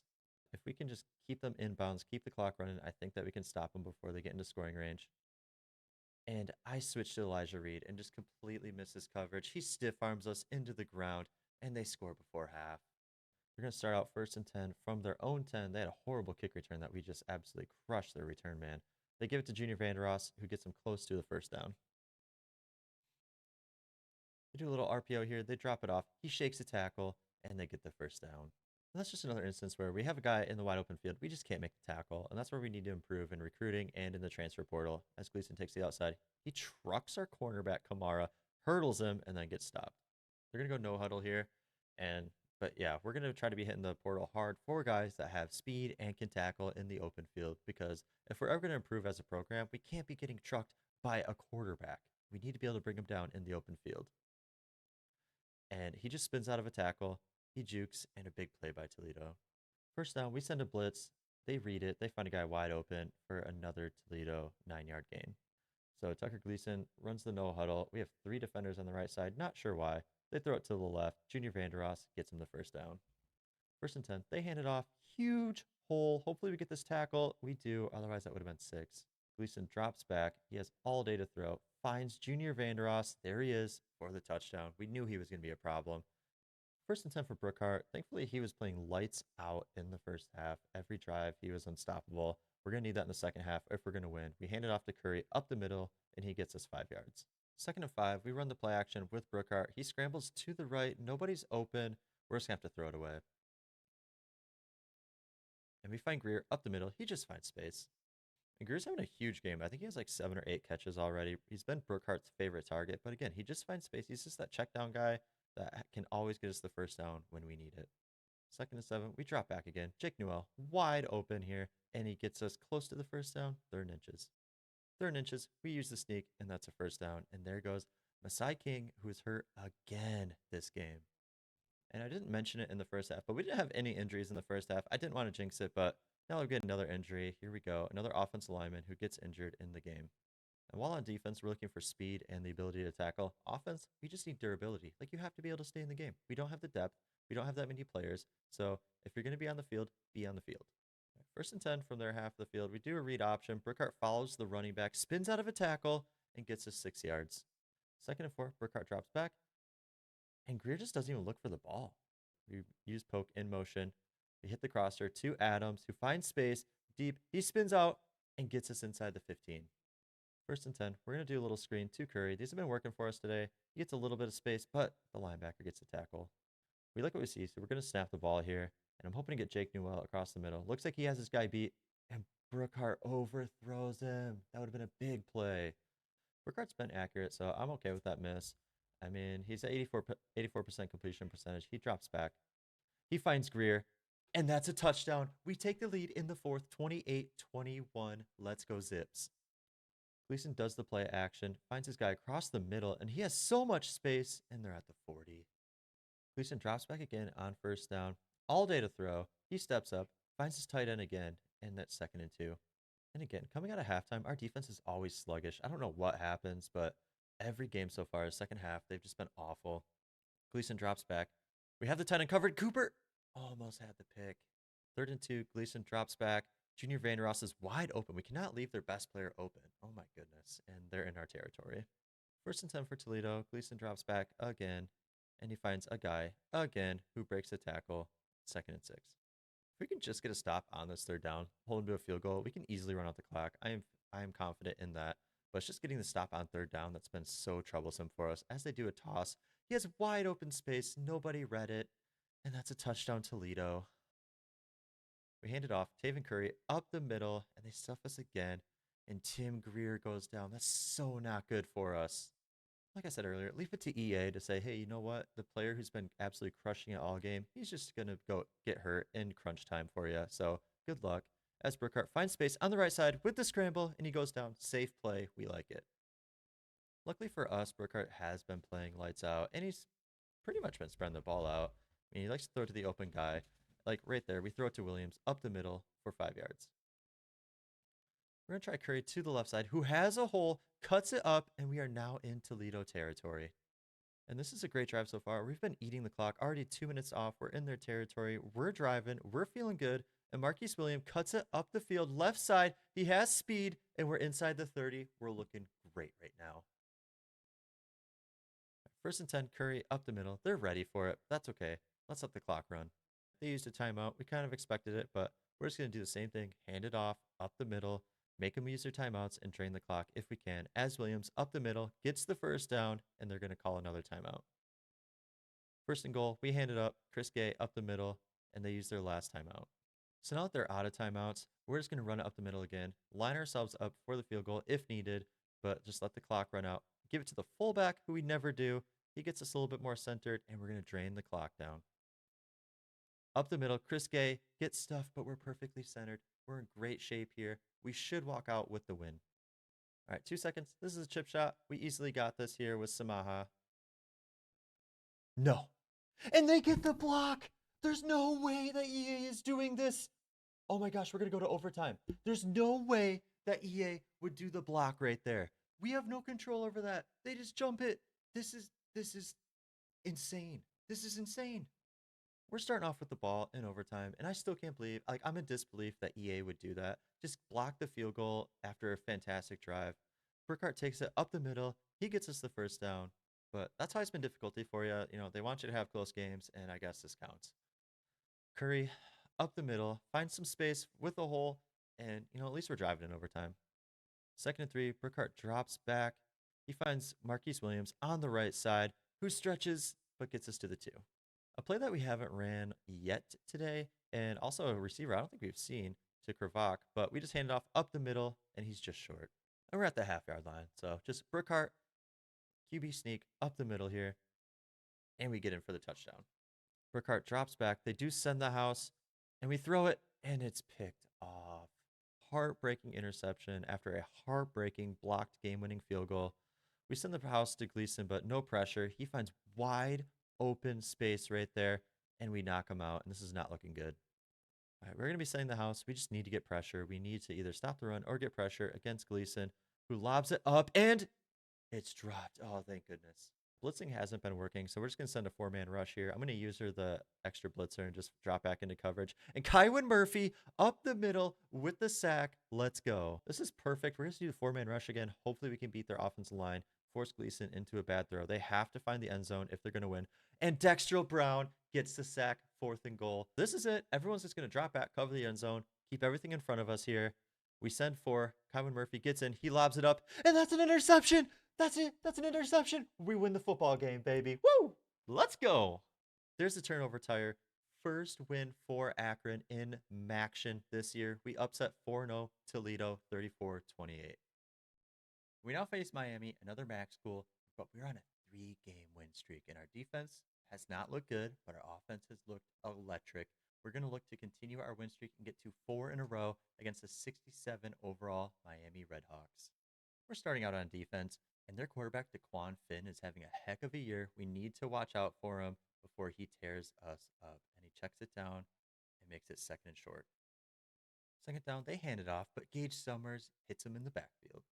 3rd down, we're looking for the stop, and they throw it short. Can we get the tackle? We do. Great first defensive stop by us, but our defense has always been good in the first half. It's just the second half where they really suck.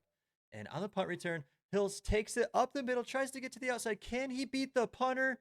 He jukes, but gets us in great shape to score early. First drive of the game, and we're in great shape thanks to Hillis on the punt return. We hand off Marquise Williams up the middle, finds space, and we're almost inside the 10 already. Burkhart throws on 1st down. We find Poke across the middle, and he gets us close. We hand it off on 2nd down. Curry up the middle, but they're ready. 3rd down, Burkhart himself up the middle for the touchdown. We're up 7-0 early. They start off with a play action, and they dump it down to the running back, and he gets him 5 yards. Then with the read option here, he keeps it, cuts it up the field, but we do stop him short. 3rd and 1. I suspect run here, and they do hand it off. Gage Summers is there, but he gets stiff-armed. He breaks the tackle and gets him to the 50. Finn hands it off here. Elijah Reed comes in from the outside to stop him for 2 yards. They drop back on 2nd and 8. Finn has all day, throws a rocket up the middle for a big gain. And watching film, we knew Finn was going to be a problem. Again, he's just having an awesome year for Miami. I mean, they're 2-3, but this guy's just killing it this season. They're going to go screen pass here on second down, and their running back has so much space and almost gets the first. They hand it off on third down. Gage Summers up the middle and stops him short. And there's Kywin Murphy, injured again. They go for it on fourth down. Finn drops back after play action, finds his guy, and they tie it up. We throw on first down. Brookhart scrambles to his right a little bit. There's Newell. And what animation was that? I don't know what that was by that defender, but he just teleported, just slapped the ball out, and then we throw a pick. What a horrible throw by Brookhart. Brookhart had like a perfect game last game, so I'm not too mad or disappointed with the interception, but those are just the kind of mistakes that just lead us to lose games. They hand it off on second down. He cuts back on the counter and gets him the first. They hand it off again on first and goal. He beats us to the edge, and now they're up 14-7.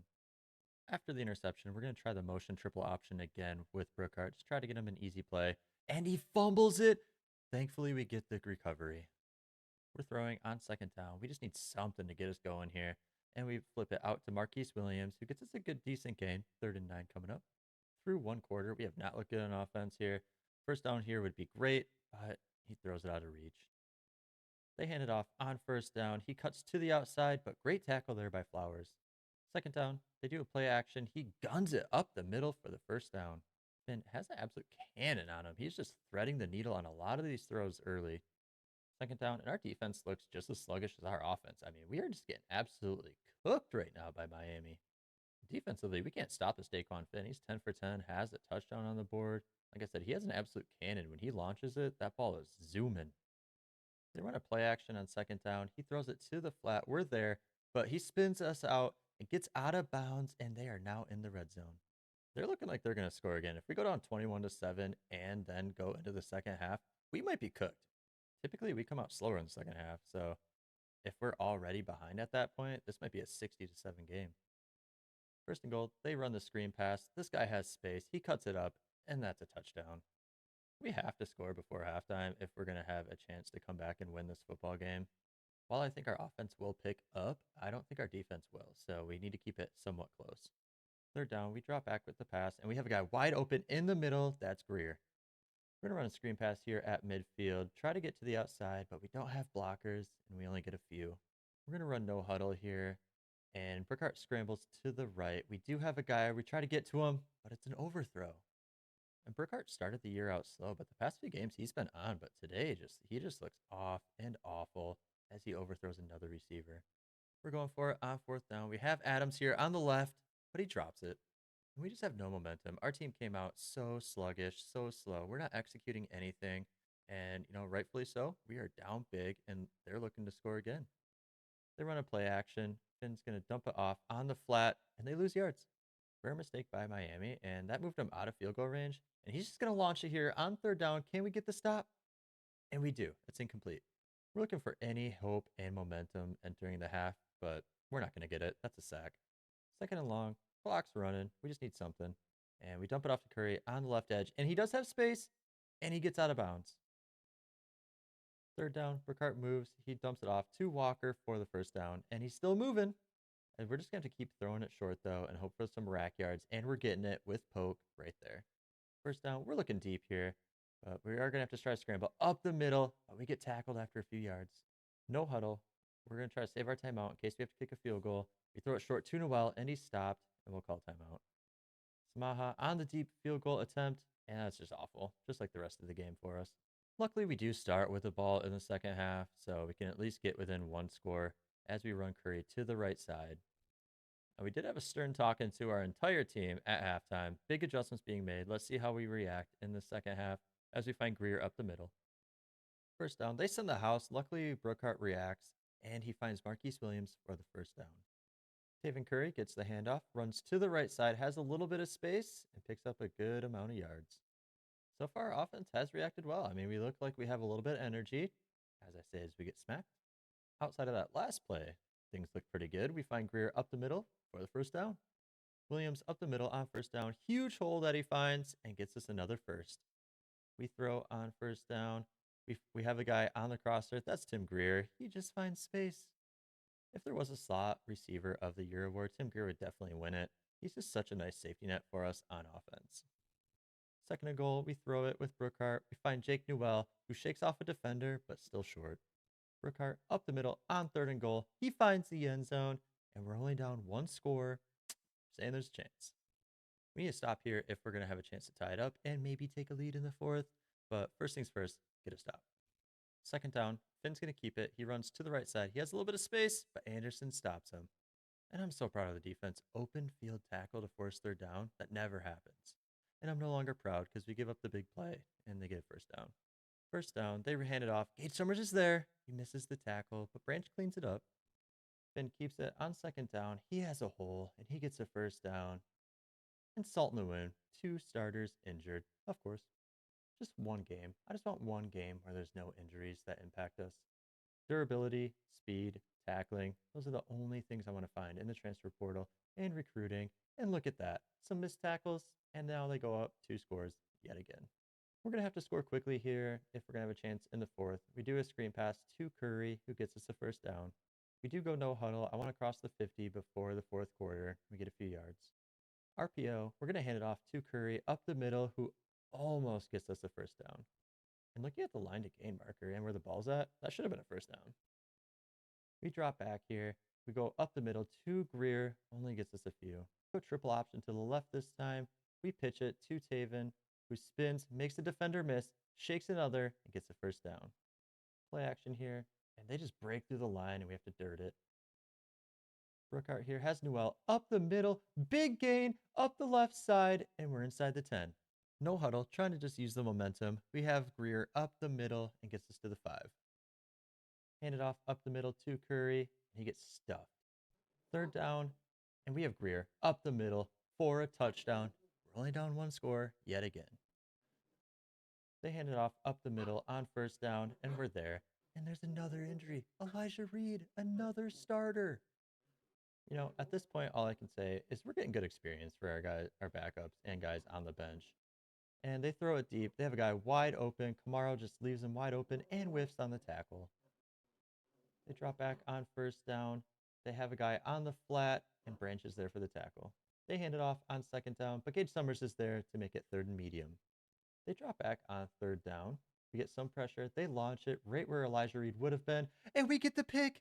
That's Anderson. That's a huge interception. He has space on the left side, and we have a chance to tie it.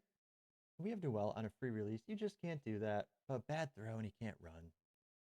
We drop back on first down. We have Adams wide open on the left side. He has space, and he gets us down to the 1. I think the comeback's happening. Fourth time's the charm. A sneak should work here. They have no one over center, and we get in. It's a tie ball game. Now, it would be a miracle if our defense can get a stop in the fourth quarter in crunch time, but that's what we need. And what did I say? They're already across the 50. They go no huddle. They drop back again with Finn. He scrambles to the left and throws it out. Second down. He has all day to throw. Absolutely no pressure. He throws a bullet down the field, finds his guy. This is looking pretty grim for us. If we don't get an interception, fumble recovery, or hold him to a field goal, I don't see us winning this football game. We used a timeout to try to preserve some clock, and thankfully we did because they just find the end zone. And the win streak ends. We lose 35-28 to Miami. Brookhart looked horrible. Our entire offense just looked horrible. Defense looked horrible. We have to get back on track next week if we're going to make a bowl game. Recruiting update. We still are leading on Quayshawn Newell. No one else is going after him. There's Cole Colombo with the commit. We were able to beat out Bowling Green. Thankfully, we do have our first 3-star recruit. Very thankful that he chose us. But if we go down here, we do see Jared D'Imperio. Our loss to Miami just cost us. And he had a great visit at Ohio, so he did commit to them. We're going to remove him and utilize his points elsewhere. Back-to-back tough losses, and now we have to face the 7-0 Buffalo Bulls, who are destroying their opponents throughout the entire season. Buffalo's number 1 in the MAC. If we can come out with a win, maybe that'll shift the momentum and help us be able to end the season strong and maybe make a bowl game. But right now, every facet of our team just looks awful. Hopefully we show up today. Buffalo's at home. Things are not looking good, but we also have nothing to lose. So let's just go out there, play our game, and hopefully get the dub. First play, they send a guy in motion. They hand it off to their stud running back, LJ Henderson, and he gets him 5. They drop back on second down. Gage Summers comes in, unblocked, and slobber knockers the quarterback down. We're looking to try to get some more pressure again and force a bad throw. He lobs it up. Taquan Roberson goes deep, but Ben Kamara's there for the interception, and this is the perfect start to the game. Our defense has showed up today. Johnny Brookhart is back at starting quarterback. Ben Finley did well, but we're going to give Brookhart one more shot. He showed up this week at practice and really owned his mistakes. I am a little bit concerned with him knowing that this is his last chance if he's going to keep the role, but we'll see how it goes. First down, we're looking deep, see what Brookhart sees, but he just checks it down and throws it to Greer. And that was kind of what I was talking about, where he's going to be a little bit more hesitant to take those deep shots because he's scared of losing his job. 3rd and inches, we're just going to sneak it here, but Brookhart fumbles, and they recover it, and Masai King is hurt again. What is happening right now? Roberson's going to take the handoff on 1st down. Nobody's open. He's just going to throw it in the dirt, I guess. 2nd down for Roberson, and he overthrows his running back. And I'm just going to show it here before the accusations start. We are still on Heisman difficulty. I don't know what those last 2 throws were, but overall, they were really bad, but we're still on Heisman difficulty. I'm not sure if Gage Summers just coming in and absolutely clobbering Taquan Roberson on that first drive really did anything, but overall, he's just been inaccurate. I'm going to eat those words because he just threw a dart. Go no huddle after that bullet that Robertson just threw, and Gage Summers gets to stop. 3rd down, they drop back for the pass. We get in there, almost get the sack. He lobs it up, and Elijah Reed forces the incompletion. We're back in the power eye after that amazing punt by Buffalo, and Chris Gay gets us a few. Brookhart dropping back on 2nd down. He finds Jake Newell on the right side, who gives us a little bit more space. Important 3rd down. We're going for the throw. We have Israel Polk across the middle, who has speed and gets us a 1st down. We're throwing again, and Brookhart scrambles to the right. Nobody's open. He's just going to throw it away. Marquise Williams to the right side, and Kobe Stewart just slams him down. 3rd and long. We're going to try to find the open guy here. Brookhart scrambles to the left, has to check it down. Marquise Williams tries, but it's not enough. LJ Henderson takes it to the left, cuts it back to the center. He's shaking tackles. We cannot bring this guy down, and he gets the 1st. They go play action on 1st down, but Gage Summers slams Roberson down again. What a big game for our defensive captain. Hopefully Roberson goes back to missing throws because admittedly playing defense is a lot more fun when the opposing quarterback can't hit their target. They're going to screen on 3rd and long. LJ Henderson catches it. He has room to the right side. Can we bring him down? We do. Taven Curry up the middle. He cuts it up and gets us a few. Right now, offensively, we can't really get anything going, but we're actually being saved by our defense, which I thought we would never, ever see this season at Akron. It's just mind-boggling. Hopefully that screen pass sparks something as Taven Curry gets the ball again and gets us another 1st down. Thanks to Taven Curry, we are moving the ball this time. They line up offside, so we're just going to take a deep shot, and it's okay that it's incomplete. 1st and 5, thanks to the penalty. Brookhart drops back, and now he just overthrows Curry. We drop back on 2nd and 5. Nobody's open, so Brookhart's just going to run it up the middle, and he has a huge hole that he hits and gets us almost to the red zone. 1st down, we're dropping back, and Brookhart throws a hospital ball, and Newell gets smashed. We're going to try Williams up the middle, and he just runs straight into the D tackle. 3rd and long, we're throwing. We're going to scramble to the right. We're going to throw it up to Curry, see if he can make a play, and he can't. We're going for the field goal. And I got to say, if Brookhart cannot dial in his throws, there's no way he finishes this game with us starting at quarterback. He's just missing some really bad throws and just taking too long to make reads. Roberson's going to throw it on 1st down, tries for his tight end, and it's incomplete. I think I just found my new favorite name in this game. Andrew Schnackenberg is their tight end. What a solid name. We have a chance for the 3 and out. They're going to try to throw it on 3rd down. Roberson's going to scramble to the right. We're there. He throws it out of bounds. And thank goodness for our defense because, again, our offense is just stagnant right now. Thankfully, our defense showed up for us. And I am concerned, though, like if our defense comes out in the 2nd half and plays like they normally do, can we keep stopping them? My gut says no. So we do need to find the end zone before the half if we're going to continue on with this lead. And Brookhart just fumbles again. And after that fumble, Brookhart's out. We're back to Ben Finley, someone who can hopefully hit a throw. As he tries deep for Newell, it's incomplete. 3rd and long. Let's just try to flip the field so they don't have a chance to score. Actually, we have Curry up the middle. He's wide open and gets us the 1st down. What was I thinking? 1st down near the red zone. We're going to drop back again with Finley. And we're going to find our guy, Marquise Williams, across the middle. We go no huddle. Then Finley drops back again. And again across the middle to Marquise Williams. No huddle again. Trying to find the end zone here. And we get hit as we throw. 3rd down. Trying to find the end zone. And we just have another bad throw. Smaha's out again. And can I just get a quarterback that can throw the ball? Like, Ben Finley sucks. Brookhart sucks. We're just screwed no matter who's behind center. They were unable to spike the ball, so we did enter the half with a 6-0 lead. We get the ball. We have a chance to pile on the points and get a bigger lead. Marquise Williams, draw, up the middle, huge gain. Overall, offense has been very stagnant, but defense has been exceptional. Hopefully that changes and our offense can put up some points as we go deep to Adams, who holds on to it. What a snag. We are in the red zone. Offense coming out hot in the second half. Chris Gay up the left side. He's in it. Oh, he's just short. This is just the best start we could imagine. Coming out in the second half, Taven Curry in the end zone. We're about to be up 13-0. They go LJ Henderson up the middle. We're ready for it. They only get a yard. And they're pushing tempo, going no huddle. LJ Henderson to the right side. Doesn't matter. Cyrus Durham is there, but he's hurt. Not the injury bug. 3rd and long. Roberson drops back for the pass. He steps up. He has all day to throw. And he finds a wide open guy on the left side. Mekhi Flowers misses the tackle. He's still up. He shakes another one and another one. We can't bring him down. And there's another big play in the second half. This is exactly what I was concerned about for our defense. We just give up big plays in second halves, and that's how we lose leads. I'm not in full panic yet, but if they do find the end zone here, then I might be in full panic as Roberson scrambles. He's shaking defenders. He's up the middle, and they're almost in the red zone. They go no huddle again. They do a little RPO. He finds this guy on the right side for 7 yards. They hand it off on 2nd down, up the middle, but we get the stop.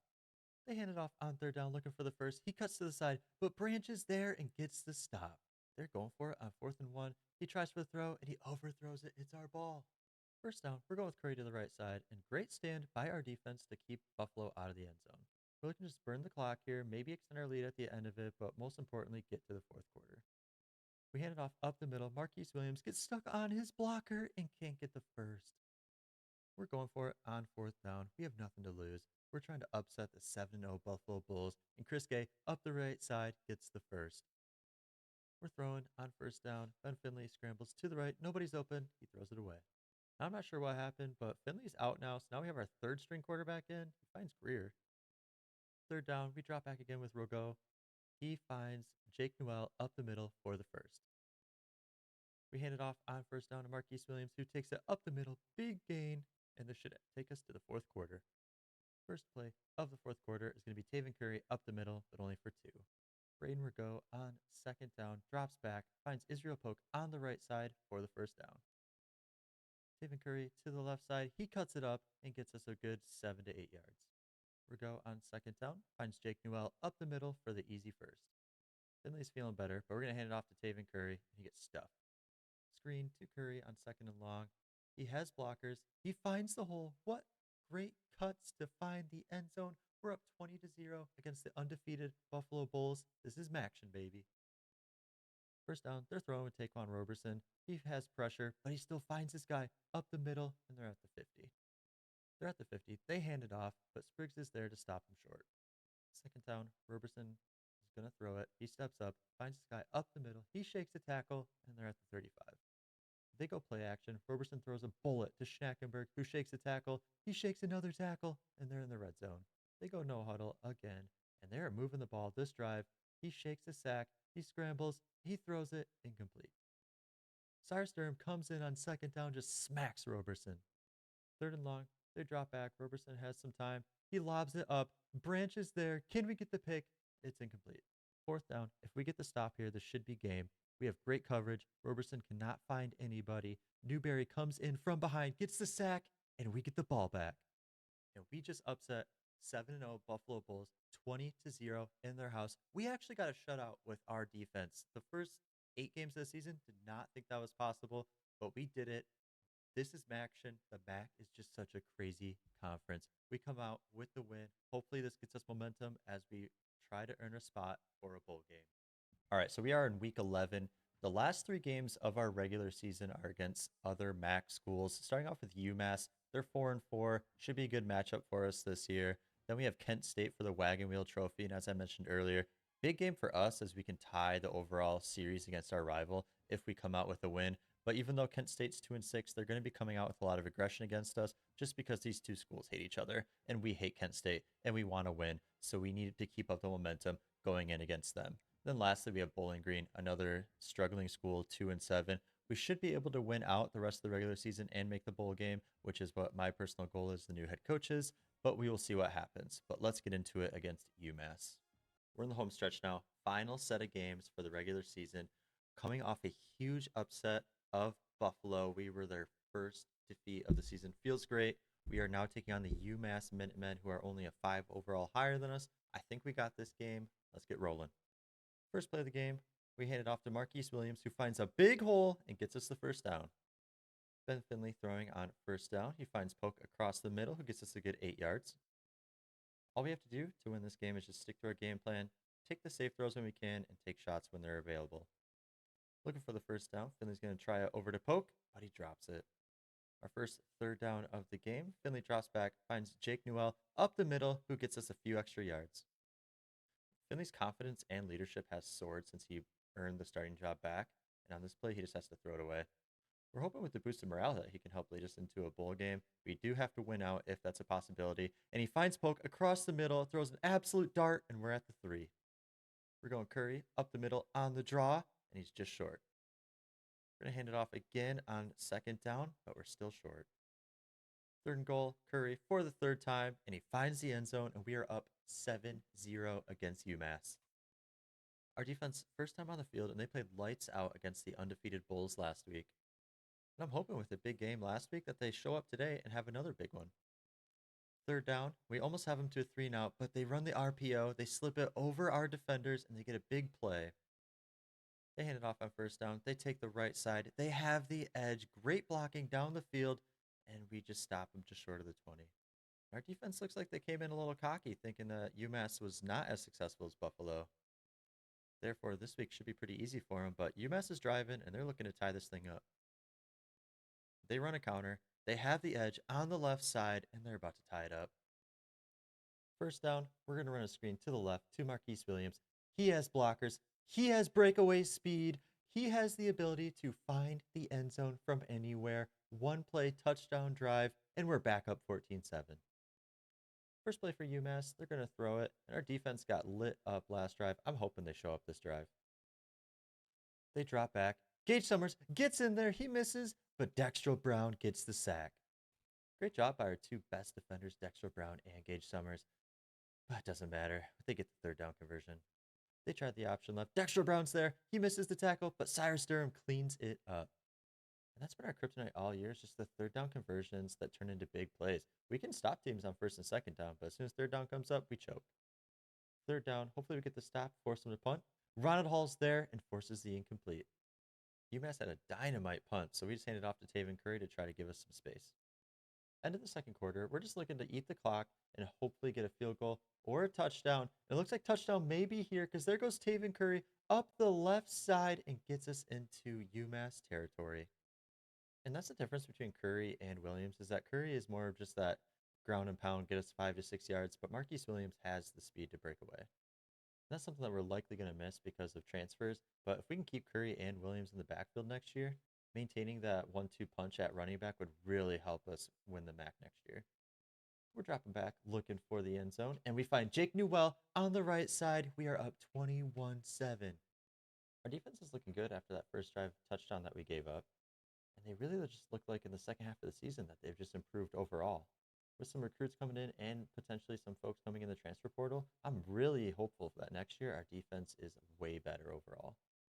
They're going no huddle now, just trying to score before the half. We force the quarterback to scramble to the right. He tries to find space, and we're there to shut him down. And they hand it off on first down, which I'm surprised about. He shakes a tackle, but we still stop him. They do a play action, and he's going deep. He has a guy. We're out of position, and they get the touchdown. I won't lie, that was my fault there. I totally bid on that play action, and that left that guy wide open. We're going to take a shot to Jake Newell, but it's swatted down. We're trying to get into field goal range here. Finley steps up, tries it to Greer across the middle, and he just stays in bounds. And I screwed up again because I left Chew Clock and totally forgot that I had that on as we thread the needle and find Poke up the middle. And thanks to my poor clock management skills, yet again, we are now out of timeouts. We need to find something on the side, and we just throw it away. 20 seconds left. We find Newell on the right side who's able to get out of bounds. Throwing again on third. We just do a quick hitch route to Poke, who gets out of bounds and the first down.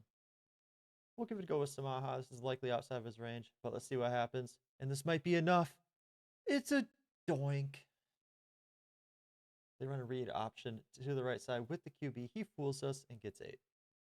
They're looking for the first down. We're looking to get the stop. They find a guy across the middle, wide open, and he takes it close to the 50. They're driving to start the third. They hand it off to the right side. He shakes the tackle, but Makai is there. Play action for them. Their quarterback is looking for someone open. He finds him wide open on the left. He spins us, and they're at the 30. They're throwing again. He steps up, swings it out to the running back. Anderson's there, but he misses the tackle, and Elijah Reed gets him. I'm not sure why Anderson was celebrating there afterward. He completely whiffed that tackle. If it weren't for Elijah Reed, that would have been a big gain. We have a chance to stop him here. He hands it off up the middle. He spins out of a tackle. He shakes another tackle, and they tie it up. We're going back to the run game a little bit with Marquise Williams up the middle for a good 8 yards. And after running up the middle, let's go to the outside. Little screen pass to Marquise Williams, who has blockers yet again and gets the first. Williams has taken us this far. Why not just keep feeding him? He goes up the middle and gets us another first. We're driving here. Finley keeps us moving by finding Newell up the middle, who has space and gets us to the 40. Screens have been working for us, so we're going to try another one with Curry to the right side. He uses his blockers well and gets another first. Second down, we throw it up the middle to Adams for the first. So far, excellent drive by our offense, keeping the defense off the field and allowing them to rest, and also allowing us to chew the clock and hopefully find the end zone at the end of this drive. Start of the fourth, we're looking for the end zone, and we're just short. And if at first you don't succeed, you try again, and that's what we do with Finley as we find the end zone. If we get a stop here, I'll feel great about winning this football game. But we've given up big leads before, and this time we're only up 7. So until I see our offense back on the field, I'm not feeling good. And he throws it deep, and Kamara just stops. I don't know what happened. I don't know what happened to my controller. He just stopped moving, and they tie it up. Those are the bad breaks that just happen all season long for us. I have no idea what happened when I was using Kamara. But nevertheless, it's a tie ball game, and our offense is cooking, luckily, so I do feel good that we can take the lead. The major concern is going to be if our defense can get a stop after we score. Throwing on third down, Finley scrambles to the right. He has enough space to get us the easy first down. Smart play by Finley to not only get us the easy first, but also stay in bounds to keep the clock moving. We're running again with Curry up the middle for a good 7 yards. Our running backs have been electric all game long, both Curry and Williams. They're having big games, and again, if we can just keep them both here next year, that'll be such a dynamic duo. Screen to the left for Williams. He has the space, and he gets in the end zone. A minute left for UMass. That's plenty of time for them to score. They find a guy on the left side for 4 yards. They go no huddle as expected. They sling it to the left, and they go out of bounds. We have to get pressure if we're going to win this. Dexter Brown gets in there. They throw it deep, and that's incomplete. Fourth down, they drop back. They find a guy up the middle. He has space, and oh my gosh, they're going to cross the 50. It's safe to say our defense was a fluke against Buffalo because they're back to their same old selves. They're giving up big plays. Grant Jordan for UMass has 300 yards passing and 2 touchdowns. Same old Akron. 3rd and 6, Jordan drops back. He's going to launch it deep. This is a 50-50 ball. Elijah Reed's there, and he swats it down. 4th down, and Elijah Reed's a junior. He's really stepped up the second half of the season. I really, really hope that he stays because he could be huge for us next year. 13 seconds left. They find a guy in the middle of the field. He's running up the field. We tackle him. They use a timeout. I'm officially scared. I do think they're going to find the end zone here because we are not getting pressure. The quarterback lobs it up, and we get the interception. That's Branch again. We're now 5-5 on the year. Alan Branch with his 2nd interception of the year, and it's another game-sealing interception. Huge game from Ben Finley. Our defense regressed back to the same old selves, but luckily our leader, Finley, helped our offense move the ball, and we get the win. Finally, our game of the year has arrived. Akron versus Kent State. We're at home. We're going to come out with passion, energy, and aggression. The battle for the wagon wheel currently sits at Kent State, holding a 1-win lead for it. We're looking to retain the wagon wheel at Akron and then also tie the all-time series. Let's get into it. Hopefully, we just dominate from beginning to end. Our marching band's ready. Zippy's out there in the rain, energizing the crowd. Players look hungry. The crowd looks ready. This is going to be an absolute battle on the field. First play of the game, and this is not how we want to start. The running back has all day, all of the space in the world. Our only hope is a holding call, but it looks like they're going to have a one-play drive touchdown to start the game. We're down 7-0. But you know what? We have a running back of our own. His name's Taven Curry, and he has a hole as well and space, and he gets us close to the 50. One of our favorite plays. Use Curry as a distraction, hand it up to Chris Gay up the middle for the first. Gay on second down gets us the easy first and a little more. Crowder's chanting free Finley, so we're going to lob it up to the end zone, and there's Adams with the snag. We tie it up, baby. DeShields drops back for a throw, finds a guy up the middles, and Gage Summers with the slobber knocker of it. They hand it off up the middle to Nubin, who spins, but we're there for the stop. You can tell our defense is a little extra aggression because we are really just smacking these guys around. Second down, they do a read option. QB keeps it, and Anderson is there for the stop. Third down, DeShields looks to throw. He has all day again. He's going deep. He's attacking Kamara, and that's an incomplete pass. And thanks to our defense standing strong, we now have a chance to take the lead on this drive. We're going RPO. We throw it up to the left side to Kravak, and he gets us the first. Finley throwing. We're looking deep. We got Adams again on the left side, and that's an absolute drop in the bucket. Adams' second touchdown of the game. Nubin on the left side. They hand it off to him. He shakes Mekhi Flowers in the backfield, but we're ready for it with Cooper. And no, Flowers hurt himself on the missed tackle. Second and long. They go play action. DeShields has all day to throw. He goes deep. He has a guy, but luckily he drops it. Not surprised. They attacked where Flowers would be, and luckily it was a drop. But they're going right back to where Flowers would be, and this time it's caught for the big play. The guy who caught that last pass was DeRealist Clark, which is now tied for my favorite name with Schnackenberg from Buffalo. Shields keeps it up the middle, and he has a lot of space, gets 7. Nubin on the left side. He shakes some tackles and gets the first.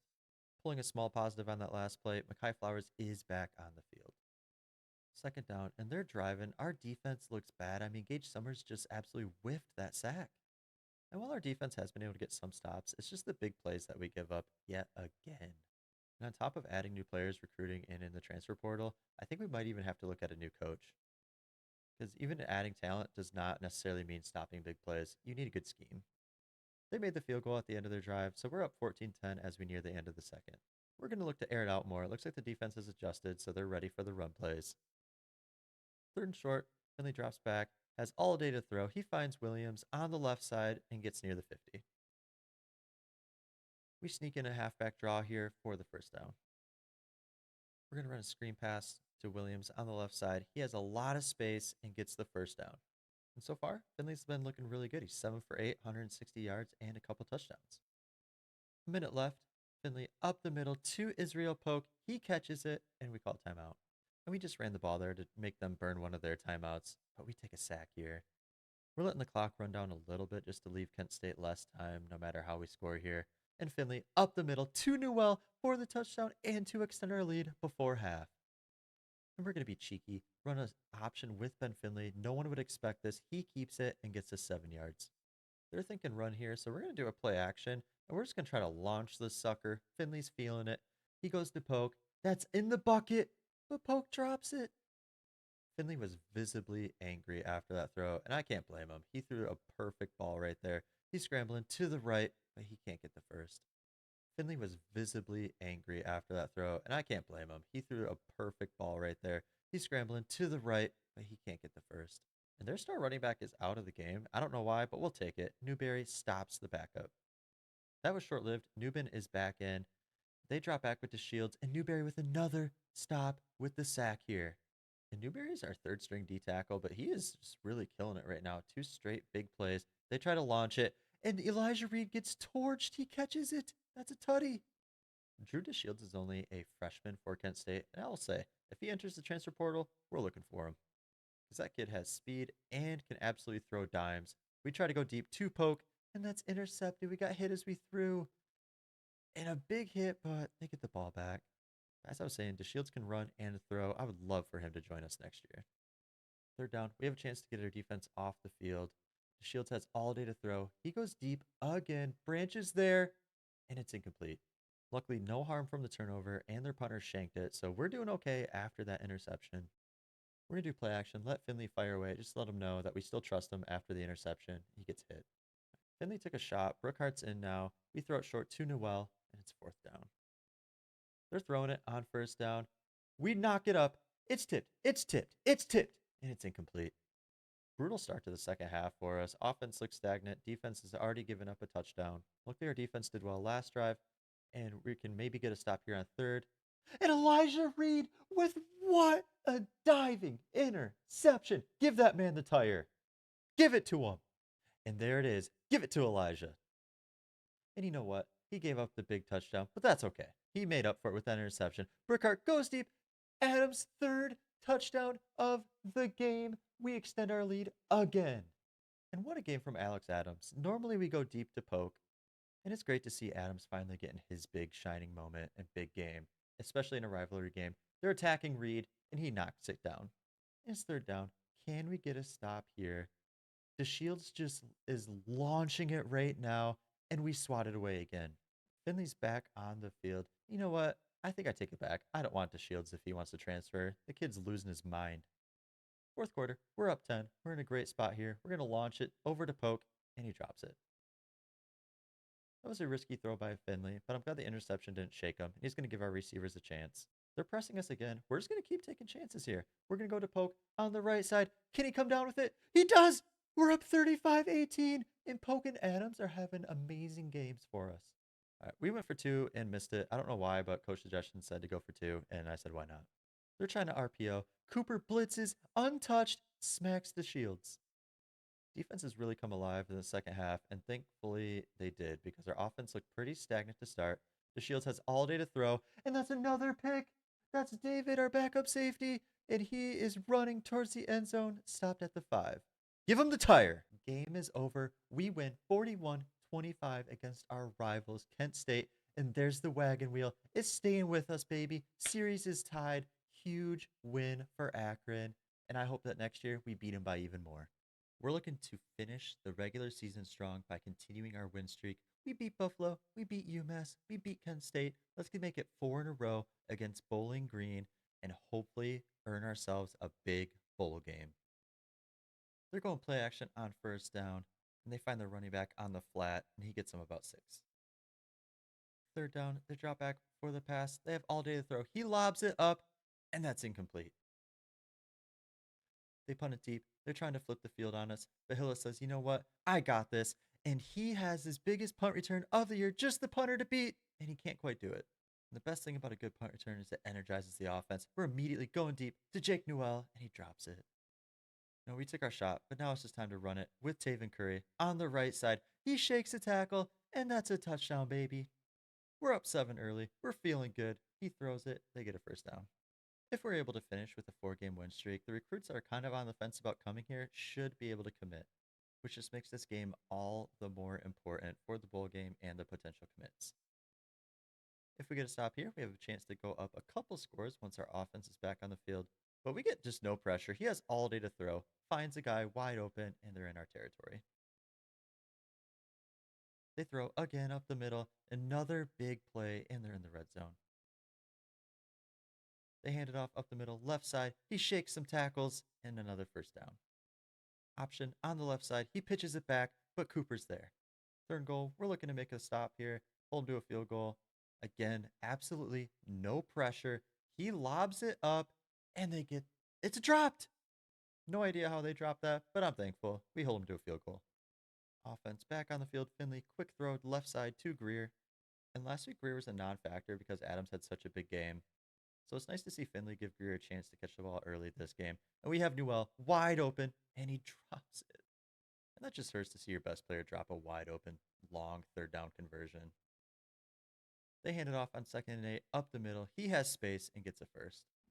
Despite the 7-3 lead, Bowling Green has dominated yards and time of possession. We have to change that if we're going to win.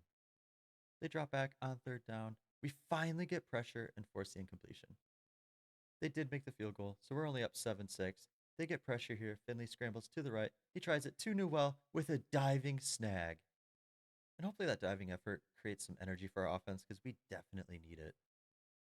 Screen pass to the left side to Curry. We have blockers out there. He cuts it up the field and gets a big gain. RPO, we're going to swing it over to Greer on the right side. He cuts back up the field and gets us 9. Williams up the middle. He finds a big hole and gets us near the red zone. Screen pass to the right side to Williams this time. He has a lot of space and gets us inside the 10. And he fumbles! Bowling Green scoops it up. Oh my gosh, they're going to get the scoop and score. They're going to take the lead right before 2-minute warning. What was Williams doing? He just dropped the ball. We did end up challenging the call. Williams was down, thankfully. I still don't know what he was doing when he dropped the ball, but we maintained the lead. 2 minutes left. We have a chance to extend the lead here as we just dirt it. We're throwing on second down. Finley has time. He finds Greer up the middle, and he's down at the 1. And thanks to Greer, we were able to make Bowling Green burn a timeout. Hopefully it pays off. We find the end zone, and we do. Chris Gay up the middle. We extend our lead. They made their 3rd field goal, so we're up 14-9 at the start of the second half. We sling it out to Williams on the right side. Curry up the middle on second down. Huge hole, and he gets us about 20. We're throwing with Finley. We're looking deep. We have Adams on the left side, and he drops it. 3rd down. We need 7 yards to get the first. Finley scrambles to the right. He checks it down to Greer, and he's about a yard short. 4th and 1. We're going for it. We have Williams for the easy catch up the middle. And we're just looking at the same strategy as the last few games. Second half, chew the clock, and just look for a field goal or touchdown to extend our lead. But what doesn't help our strategy is taking 12-yard sacks like what we just did. But we do have a guy wide open. That's Greer up the middle. He just finds space. Easy throw and catch. 2nd and 6. Finley drops back. There's Greer up the middle, and he gets us inside the 10. Play action for us. We're just going to dump it off to Curry, and he has a chance. He finds the end zone. And they do a crazy halfback draw. It took like 5 business days for them to hand it off. And Drew Pine, he scrambles, and he has some speed as he cuts up the field, and he gets him a first down. Drew Pine drops back. He slings it across the middle, and he gets walloped. I was actually a little worried about targeting right there, but that's a clean hit by Gage Summers, and he knocked the ball loose. They're going to go deep. Kamara's there. Can he get the interception? He can't. What the heck? And hopefully Elijah Reed stays and Kamara leaves, and we can find a good replacement for him, because he's just been getting cooked all year long. They go play action. They launch it towards the end zone. Anderson's there, and he knocks it down. They kick their 4th field goal, and we try a screen to the right side. It doesn't work. Finley's throwing, and he finds Poke on the right side. Nice catch, first down. We're going a little draw to Curry up the middle. He has space, and he gets it first. Gay up the left side, and he stopped. Looking for the first down. Finley drops back. He's trying Greer right side, and dangerous throw. We're near the 50, so that means we go for it. And we have Williams wide open up the middle. He cuts more to the left and gets us inside their territory. Williams up the middle now. Huge hole that he finds, and there's that breakaway speed that he has, and we're inside the 5. 2nd and goal. We have Kravak wide open, and he's in for the touchdown. We extend our lead. Bowling Green did score again, but we ended up with the win, ending the season on a 4-game win streak. Hopefully that gets us into a good bowl game against a team that we can compete. And if we win, hopefully that will lead to more talent being attracted to come to Akron. I did fire Tim Tibazar, our defensive coordinator. Our defense sucked this year. He didn't deserve to keep his job, so I did fire him. Plus, he was a tactician. He was a scheme guru guy. I don't care about that. I want recruiting, and I want more motivating to help with off-season training boosts. It's one of the reasons why I'm keeping James Ward. He's a master motivator, so it'll help even with more training bonuses this offseason.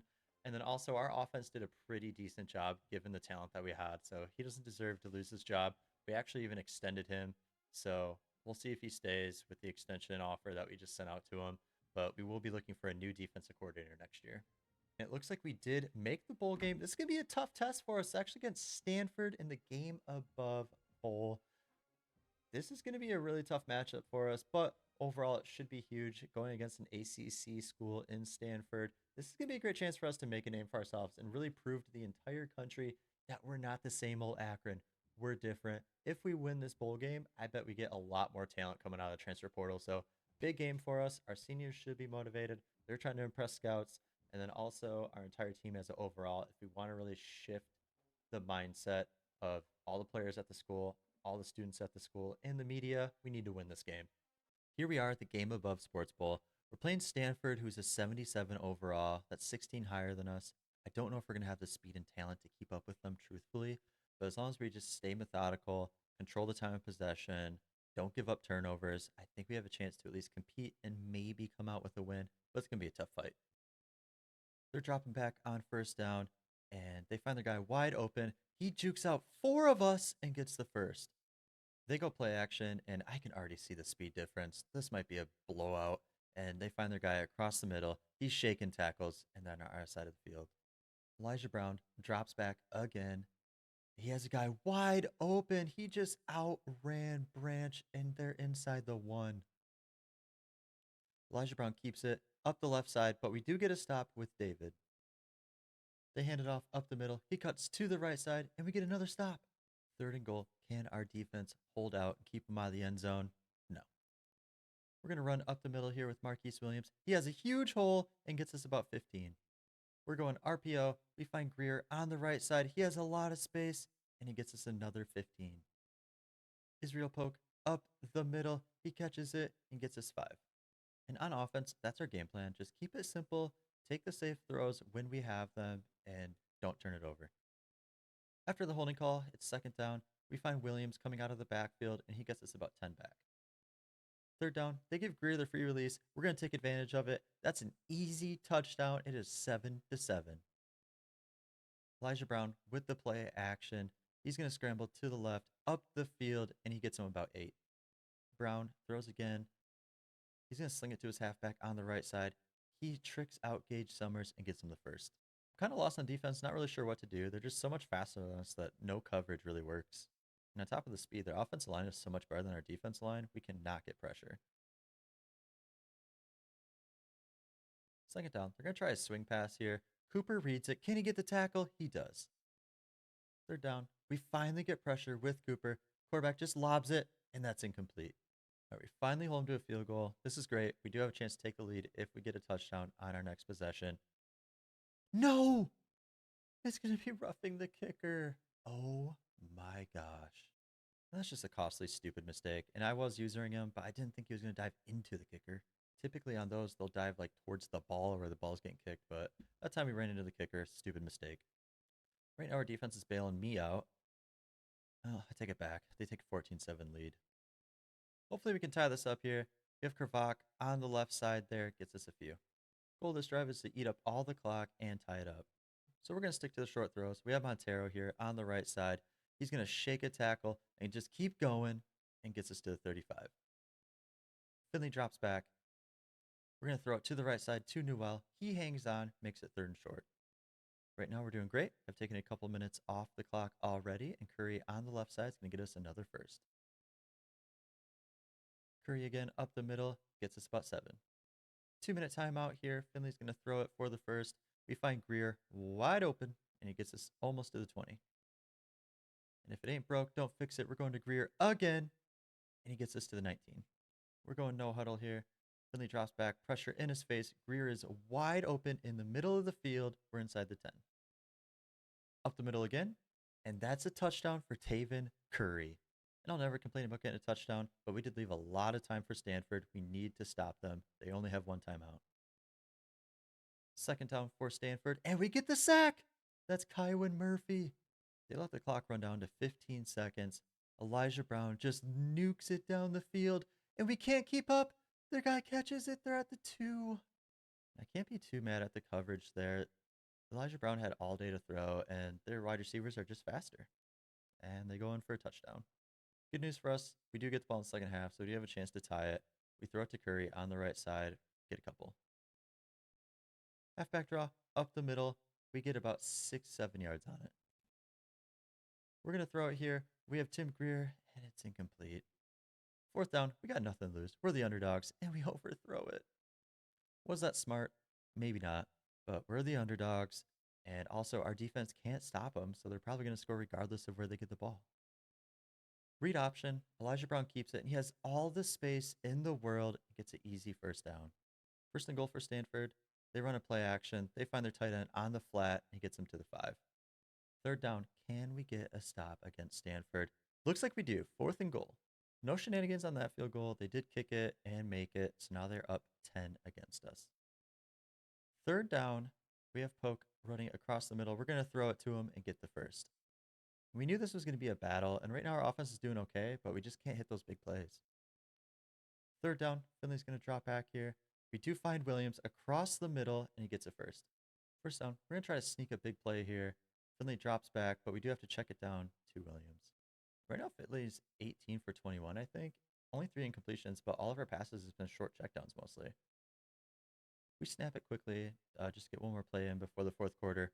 We throw it to the right side to Greer, and he gets us closer to a first. Third down, need to get a first here. We try to throw it. It's knocked up. It's incomplete. We're going for it on 4th down. Samaha, 50 yards. That's kind of a stretch for him. We have Kravak, and it's incomplete. And Kravak just chose the wrong route. He should have just sat down, and it would have been an easy catch. They're going to go deep. He's got us beat again, and they're inside the 10. Elijah is going to throw again. He hits the slot receiver, and we get a big hit. He's at the 5. And right now, our goal line defense has been okay. When it's a condensed field, we're able to keep up with them. Elijah Brown's going to throw it. He throws it right to David, who gets the interception. He's running it back. And we have a chance to get right back in this ball game. We need to score quickly. We're going to take a shot. Hopefully this momentum helps us out. And we're launching it to Poke. It's incomplete. Screen pass to Curry on the left side. Blockers are there this time. He cuts it back up. Gets a 6. Finley going to throw it on 3rd down. We check it down. We have Williams. Can he get there? Looks like he does. He gets the first. We try to push the pace with the no huddle. We drop back. We have to check it down. It's incomplete. Burkhart's in after Finley took a shot there. He finds Walker up the middle, wide open, and he gets us close to the 40. Burkhart drops back on the no huddle.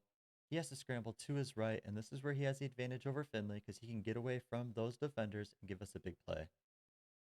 All right, for some reason, we have Elijah Reed on offense, but it works. He's wide open across the field and gets us to the 25. Just under 5 minutes left. Burkhart drops back. He finds Adams across the middle, who cuts it up the field, gets us to the 10. Finley's back in at quarterback. He throws it up the middle to Walker for the touchdown. We're only going to be down 3 points against Stanford. They're handing it off on 1st down. A little bit of a collision, but he still finds some space and gets a yard. Elijah Brown steps up in the pocket. He has a guy wide open down the middle of the field. Branch is just too slow. They're at the 50. Play action. He has another guy open in the middle of the field. They snap it right before the 2-minute timeout. We're fooled. We thought they were just going to run out the clock. And I thought Stanford was going to be a little bit conservative, but they're being aggressive, and I can't blame them. I mean, we only have the 1 interception on them. He's got the big sack by Cyrus Durham last play. They're going to throw it again, and that's swatted down. I thought we had the pick. And I love a batted down ball more than anyone, but I would have loved to have that interception there. I cannot believe this. I was really hoping they were going to kick the field goal here, but they're going for it on 4th down. Can we get the stop? No pressure on Elijah Brown, and that's called a touchdown? I thought we had it. Did the receiver just take it out of our hands? What just happened? And on the replay here, we can see I thought we were closer to a pick than what we really were. That's just an easy pitch and catch. And that's the game. We lost 31-21. Stanford was clearly the better team. Faster, better players, better team overall. But I'm overall happy with how we performed. We hung in there. We had some chances to take the lead, but it's okay. Going into next year, we have momentum. Hopefully we win the MAC championship, and hopefully we get better players in the portal and as we finish recruiting. We did get Deontay Carden as our defensive coordinator. We're going to see if we can change our defense to a 3-2-6. I haven't done it before. Might be fun to try, but ultimately it just kind of depends on the players that we get. But I am thankful we did get a new defensive coordinator for next year because our defense sucked. So here's the college football playoff and how it turned out for the rest of the bowl season. Dominated by the Big Ten and the SEC, which is pretty realistic considering those are the 2 big conferences in real life as well. Texas did win the national championship over Indiana with a 35-27 win. So let's look at some season stats, just see how our players did. It's kind of fun just to reflect on, who our playmakers were, who really stepped up at certain parts of the year. Starting with quarterbacks, we had Ben Finley and Johnny Brookhart as our 2 quarterbacks. Combined 30 touchdowns and 9 interceptions, so not bad from a combination standpoint, but a lot of errant throws. They weren't that good of quarterbacks for us. Hopefully we can get an upgrade in the offseason, or at least have Johnny Brookhart take a big leap forward in training. Looking at running backs now, these are our two dynamic superstar players, Taven Curry, Marquise Williams, each averaging over 7 yards a carry. Taven had 7 touchdowns. Marquise only had 3, which is kind of surprising, but Taven did get most of the carries in the red zone for us. Hopefully, both of these players stay for us. Taven is a junior, Marquise is a sophomore. Hopefully, they stay and we can keep them in our backfield for next year. Looking at wide receivers, we did a great job of spreading the ball out. Tim Greer Jr. had 62 catches for us and 5 touchdowns. Polk also had 5. Newell had 5. We're probably going to need to replenish our wide receiver core in the transfer portal, but hopefully we can find some good guys and continue to spread the ball around next year. All right, looking at defense, we're going to first just sort by sacks. As we can see, Dexter Brown was a beast for us. He's only a sophomore. Hopefully we can keep him next year. He had 5 sacks throughout the year, 15 tackles for losses. We can also see Gage Summers down there, who we will lose, with 21 tackles for loss. There's Kywin Murphy, had 4 for us, so he's good when he's on the field, but he just got hurt so much. We really don't want him on our team next year, but just because he's always hurt. I need players that can play for us. Then we look at interceptions. We did not get that many interceptions. We only had 7 interceptions as a team. We definitely need to step that up and revamp our defensive backs. But Damon David and Alex Branch each had 2. Alex Branch had those 2 game-sealing interceptions for us. But overall, we need to upgrade our defense pretty much across the board next year in the transfer portal. Hopefully we find some players for us and players that will play and not just get hurt.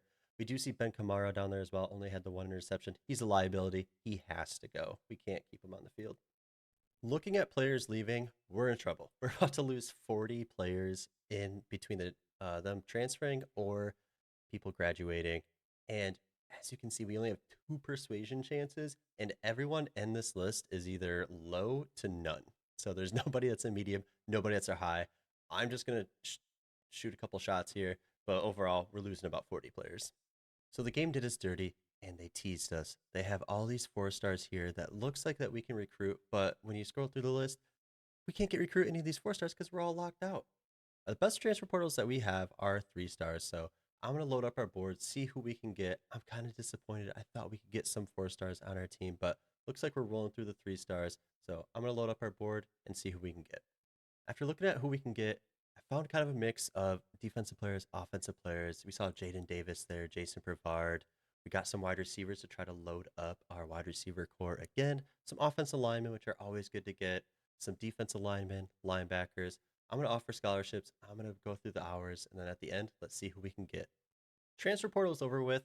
We didn't do too bad, I don't think. We did not get nearly as many players as I was hoping to. But again, we did okay. Hopefully our overall jumps up. We'll go through some positions, some key players that we were hunting this entire time. Some signed, some didn't. But let's take a look and see. Get a little sneak peek about what our roster might look like next year. First, looking at Jaden Davis, we were in the hunt up until week 4. I think that visit to Marshall week 4 really hurt us there. He did flip to Marshall, but that's okay. Looks like we're going to be sticking with Johnny Brookhart as our quarterback. Hopefully he takes a big leap in training camp. So looking at wide receivers for us, we got a few guys. We got Quayshawn Noel, Alex Taylor, and Hardly Gilmore. So a few new guys to add to our wide receiver core this year. Let's see what their ratings look like. I'm not really sure what to expect overall from our wide receiver core, but I think we got some good guys that will hopefully boost us a little. D tackle's an area I'm super excited for. We got 3 new guys coming in with Adkins Logan, William Goodvine III. Super excited for him. Hopefully this means Kywin Murphy is not going to be a starter for us. He just got hurt way too much. We need people on the field. Hopefully these 3 guys really help boost us. Outside linebacker, we got Gums and Woodson. Woodson's going to be huge. I bet he becomes a starter for us for our linebacker core. Looking at inside linebacker, unfortunately, we did not get Ben Cutter. He flipped to Appalachian State at the end, kind of like Jane Davis flipped to Marshall. But that's okay. We got a couple new guys coming in. Overall defense, I don't really know what to expect. We did not get that many guys. We'll look at DBs next, so not really sure what defense we're going to be running, but our defensive line took a big jump. Going to the DBs, we had 3 guys not signed to us, but we did get Kerry Caruthers and Jason Brevard. Brevard was a big signing for us. He seems like he's going to be good as well. Hopefully our DBs do okay, but we are going to be light at cornerback. Looking at safeties, we do have Antonio Hearns at free safety. He may have a chance to start because we are pretty weak in this area. And then looking at our strong safety, we did get a couple people. We got Taiwan Ray Jr. and Demetrius Hill. Again, that's only 3 safeties that we're adding to our roster. We're pretty weak in that spot. I'm not sure what our defense is going to look like, but now at this point, I'm really hoping that our offseason training boost really helps us out. Looking at our roster and with the training results, we might be in trouble next year. We're going to start with quarterback. I was able to get Johnny Brookhart up to a 78, which is not bad, especially for being a junior, but his skill caps are almost capped out. We were able to upgrade his accuracy quite a bit. We do not have much depth at quarterback this year, so hopefully Brookhart takes a big leap forward. And we're going to take a look at some other key positions, maybe some highlights, probably some lowlights, and see what we can do with training camp. Running back, we still have our two-headed monster of Taven Curry, Marquise Williams. Again, not as much depth. Taven Curry is an 81 overall. He's still going to be kind of that 4 to 5 yard running back up the middle guy. Marquise Williams was able to increase his speed a little bit, so hopefully he's able to make even more big plays for us next year. This is where it starts to get scary. Our wide receiver core is horrid. We do have Hardly Gilmore the fourth, who's only a sophomore, so he can still make some leaps forward in the next couple years. He does have great hands and catching ability. Same with Alex Taylor below, but only a 78 overall and 74 overall. And then we're in the 60s below that. So wide receiver core, we're hurting. Hopefully our tight ends can really make up for it this year. Looking at tight ends, we do have Newell and Kravak back. Newell's an 85 overall. He was an All-American last year. Hopefully he can play to that level again this year. Between Newell, Gilmore, Kravak, and Taylor, our 2 top wide receivers and 2 top tight ends. Hopefully we have enough weapons in the passing game, but we did take a step back from last year. Looking at our defensive line, we're going to start at left edge. I do have some bad news when we get to D-tackle, but first, we're going to look at Kobe Smith, who might possibly be the dumbest player in college football, 26. This guy has a 48 overall, and when we look at his skill cap, he's capped out. He can't get any, there's no more awareness that he can get. Absolutely insane. But he is a 76 overall, so I am hoping that he'll be able to provide some edge rush ability. He's at 88 speed too, so he should be able to get to the quarterback. Going to right edge, we do have Dexter Brown, who stayed with us. He was our key guy in the pass rush last year. Hopefully he takes a big leap forward for us. And when we look at D tackle, there's our guy, Kywin Murphy, who is going to be our best D tackle at a 72 overall. William Goodvine did not take the leap that we needed in the offseason training. He's only a 71. So overall, not a great defensive front, but I think our edge rushers should be good enough to help us get some pressure. We're in trouble. We got Melvin Spriggs starting at Mike linebacker with a 66 overall. Backups absolutely horrendous. I'm not really sure what we're going to do at linebacker. We do only have one highlight, and that is Caleb Woodson, the 83 overall, 87 speed, 90 acceleration, 86 awareness, 87 tackle. This guy's a beast, and he's going to have to carry this linebacker crew because he is literally all we have. Looking at cornerbacks, Jason Brevard is our best corner. Ben Kamara right below him. Super scared to have Kamara back, and will be seeing the field for us. He was just a liability for us last year, but hopefully Brevard can do kind of what Elijah Reed and Branch did for us last year and just be that lockdown corner, and then we can provide some safety help over the top with Kamara. Looking at strong safety, we do have Demetrius Hill and Tywin Ray Jr. I'm assuming one of these guys are going to have to go down and help our linebackers out because they are both decent players, mid 70s or high 70s. So we'll see which one of these guys can be better to help support Woodson at the linebacker spot. But overall, I'm pretty happy with having a couple of good strong safeties to help stop some of those deep plays that we gave up last year. Thank you all for watching episode 1 of Akron Rebuild. Episode 2 will be coming out shortly. I will have the schedule and recording board all set up. We'll go through at the start and then get right into gameplay. I know this is a longer video. Future videos will be shorter. There is just more to show in this one as we set everything up. Please leave your like, comments at the bottom here. I will be looking at the feedback, making adjustments as I go along and as I learn more. But thank you all for checking out, and I'll see you next time.